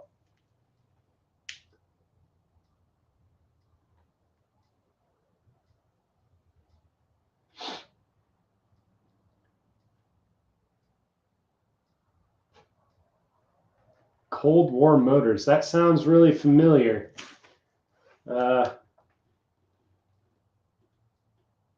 That's yeah. I'll have to look that guy up. Yeah, I've been really liking the Revstoration. They've got a good vibe, super funny, and they just go and have fun. It's this guy and his dad, and they just kind of wrench on old things that they've got laying around.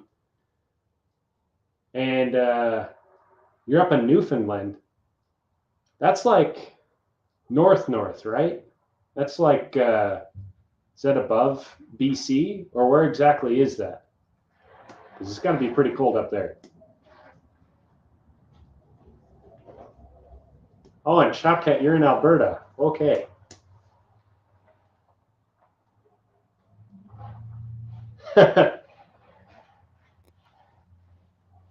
Yeah. You guys should come to the U.S. sometime. Although I live like 20 minutes from Canada, and I'm planning on hopping over for a visit because I really like camping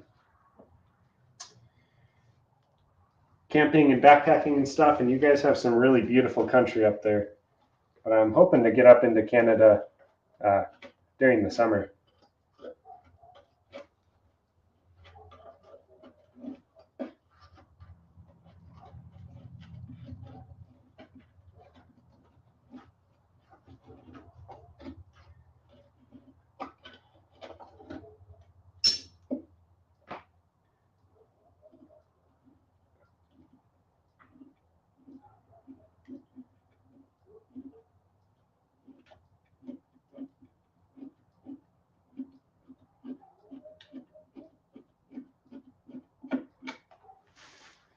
Okay, it's the last bolt, I think.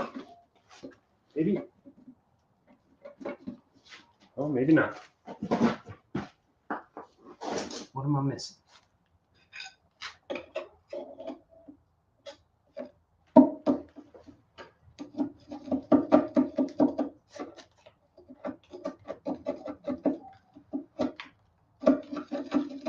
Oh, I think I'm missing more bolts.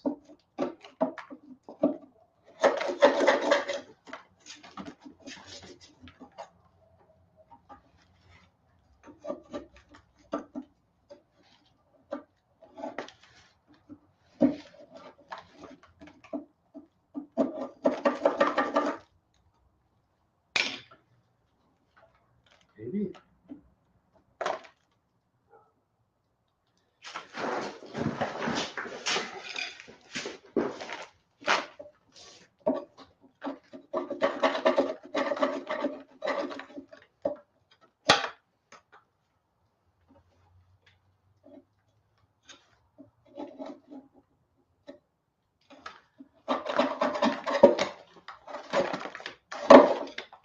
Oh, I think it comes up here.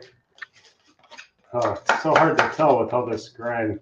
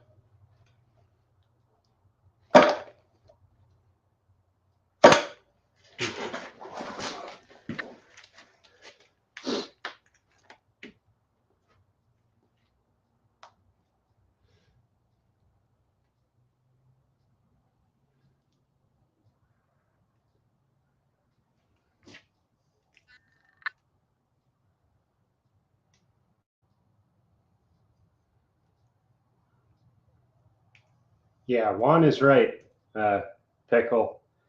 You're still young. You have plenty of time to travel. The U.S. is pretty cool. You know, it's the U.S. At least I think it's cool. I've been to many other countries, and this is my favorite so far.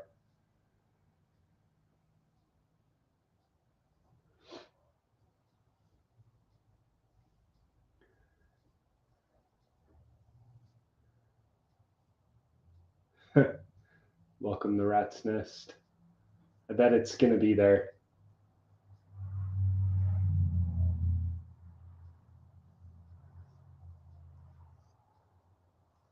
Sweet. Yeah, I think there's a hidden bolt, but there's a lot of grime, so I'm working on it. Piston Twisted Garage. Nice name. It's in Nova Scotia. Old Triumph motorbikes. Now that sounds right up my alley. I really like motorcycles a lot. Lots of schmoo indeed. We're going to break out the big guns.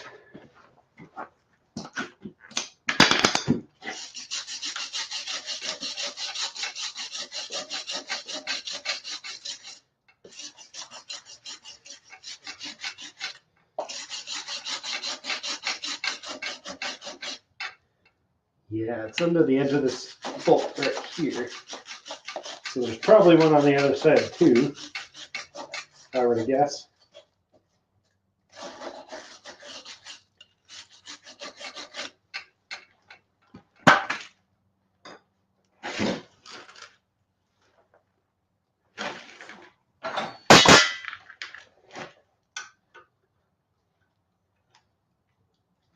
Now that is a 9/16.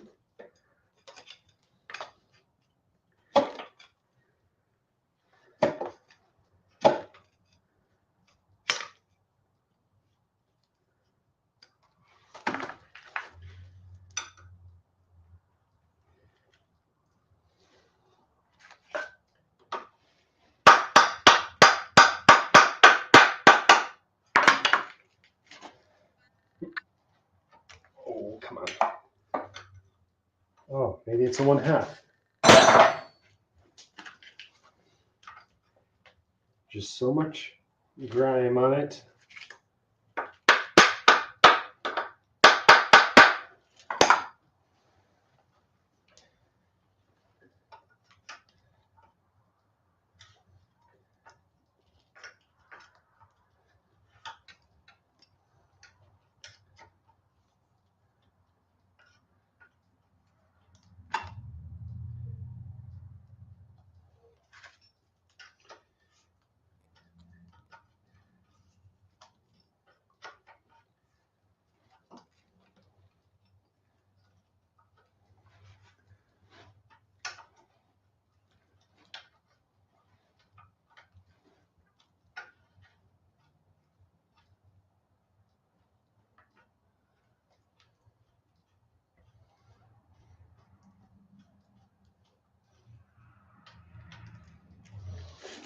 Okay.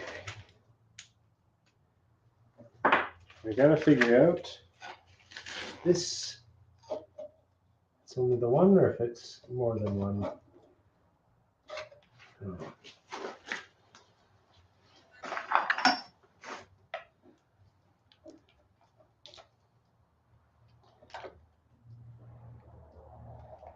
Oh man.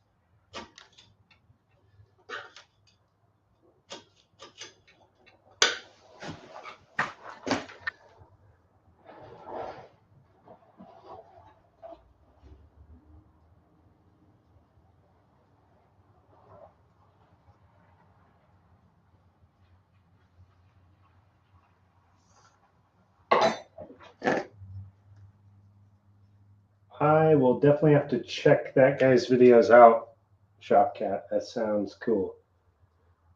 And Pickle, you definitely should make a video about it. I would totally watch it. If you make a video of it, send me a link because I do want to see it. Those things are cool.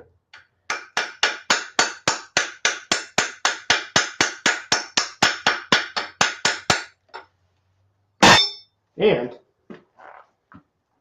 if it's free, like, go for it. You should do a similar thing to what I'm doing here.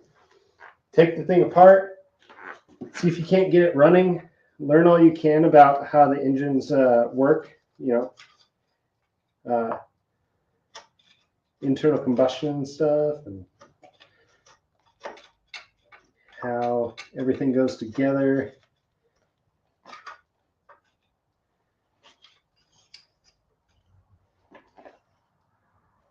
The great thing about YouTube as well, if you make videos and upload them to YouTube, then there'll be a lot of people that probably call you an idiot and tell you that you're doing things wrong or that you're destroying a piece of history or whatever stupid stuff. But there will also be a lot of people that will give you good advice, and a lot of people that have more knowledge than you that are willing to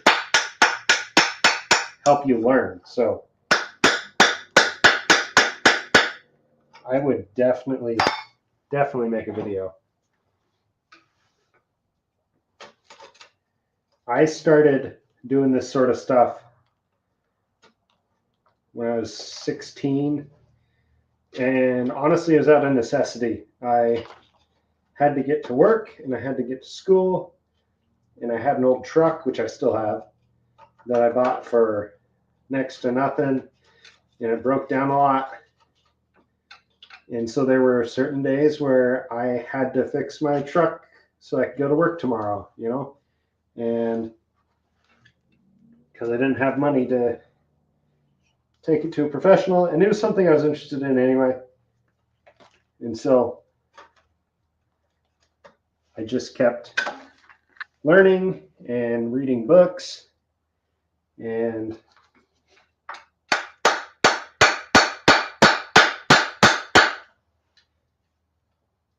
only a couple years later, when I was like 18 or 19, I rebuilt the engine in that truck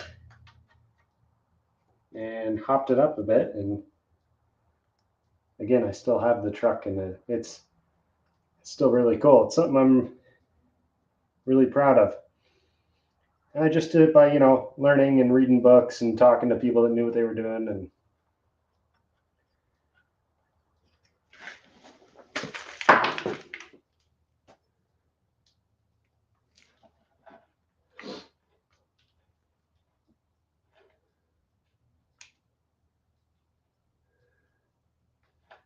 oh, you could definitely turn it into a coffee table if it ends up being a piece of junk.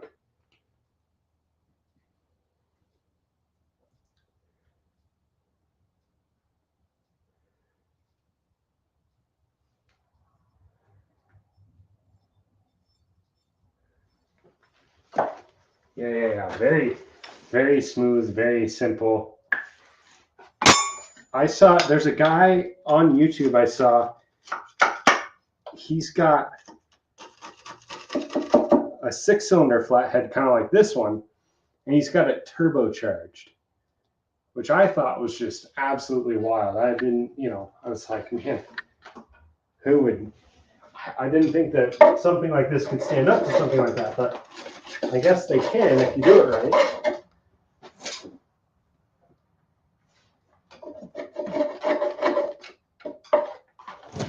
But it's a very simple design. It's not nearly as efficient as an overhead valve because, most of the flathead V8s are the same, I'm pretty sure, they're like an L head design where the intake and the exhaust valves are on the same side. So it's not very efficient because you've got your intake, like your air fuel mixture coming in this side.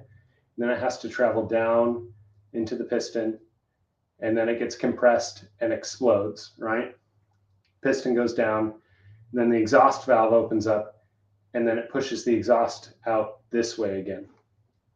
So you've got it going in this way, and then it has to go down, and then it has to come up, and then it has to go out that same direction. So with the overhead valve design, it's a lot more efficient because, especially on, technically, there are a lot of like overhead valve designs, like inline sixes where the intake and exhaust are still on the same side. But if you've got one with the exhaust on one side and the intake on the other side,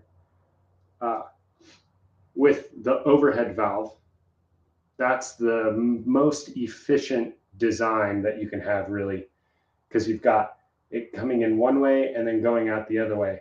So you've got that easy flow. So in one way, these are not super efficient, but they are super simple and they can run really smooth and really easy.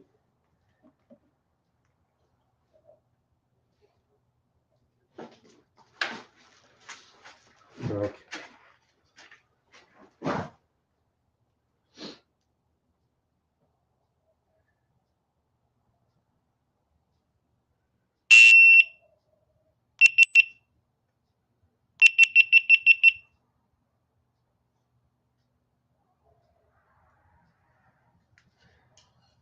Those are some cool cars, Shopcat. And I agree with you, Juan. Just do it. Just do it, Pickle. Make the video.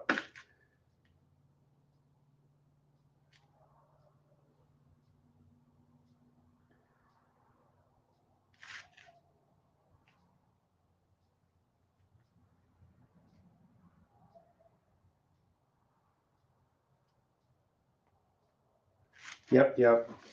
And I might disagree with you a little bit, Juan. You're saying just don't do the stupid. Sometimes it's okay to do the stupid if you learn from it.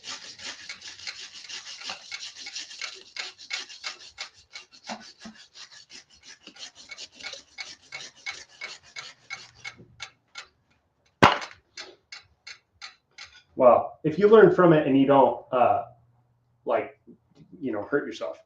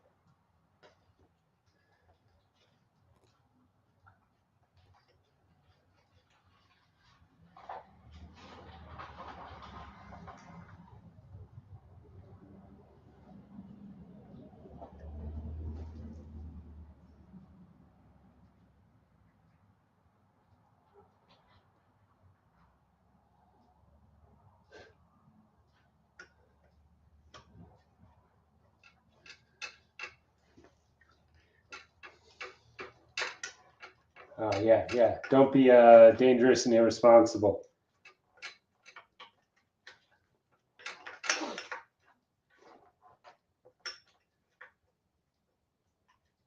And remember, like an engine, you can always get another engine eventually, but you chop off a finger, it's never coming back.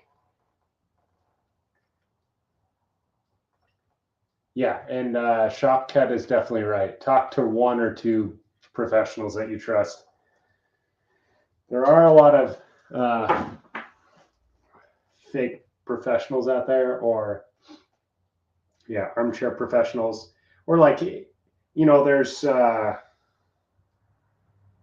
there's a difference between book smart and street smart. You can have all the knowledge in the world on the topic as far as reading books and stuff, and that is great. But if you never apply it, you never learn the practical side. And so, people can tell you there are some people that can tell you every single spec about a small block Chevy, about every torque spec and what the valves should be at and what timing it should be set at and all this stuff, but they've never actually built a small block Chevy, and so they don't know that there's a little more nuance than all that.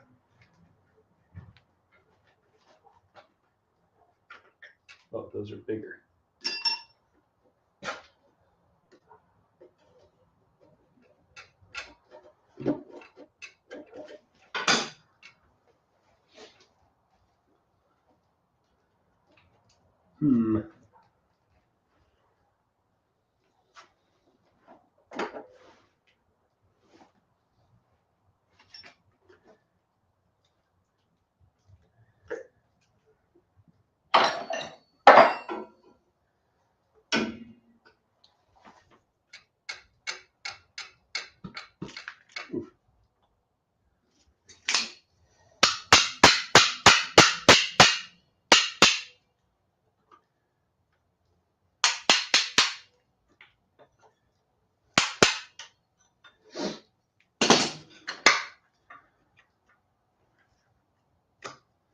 All right, guys. Well, I'm running up on about 2 hours. I think dinner's going to be ready here pretty quick. So I think I'm going to call it here. I think I need to soak this in some degreaser just so that I don't have to chip away at it little at a time. So I'll probably do that tonight. And then, yeah, I'm planning on doing another live stream next Sunday. And I hope to see you all there. I appreciate every single one of you that came in and hung out. And yeah.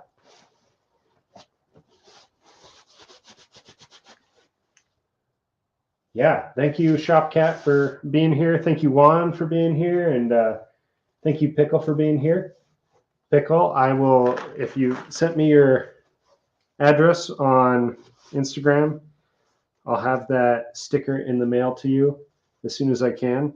And definitely make a video on that engine. Like, seriously, go do it. All right. Good night, everybody.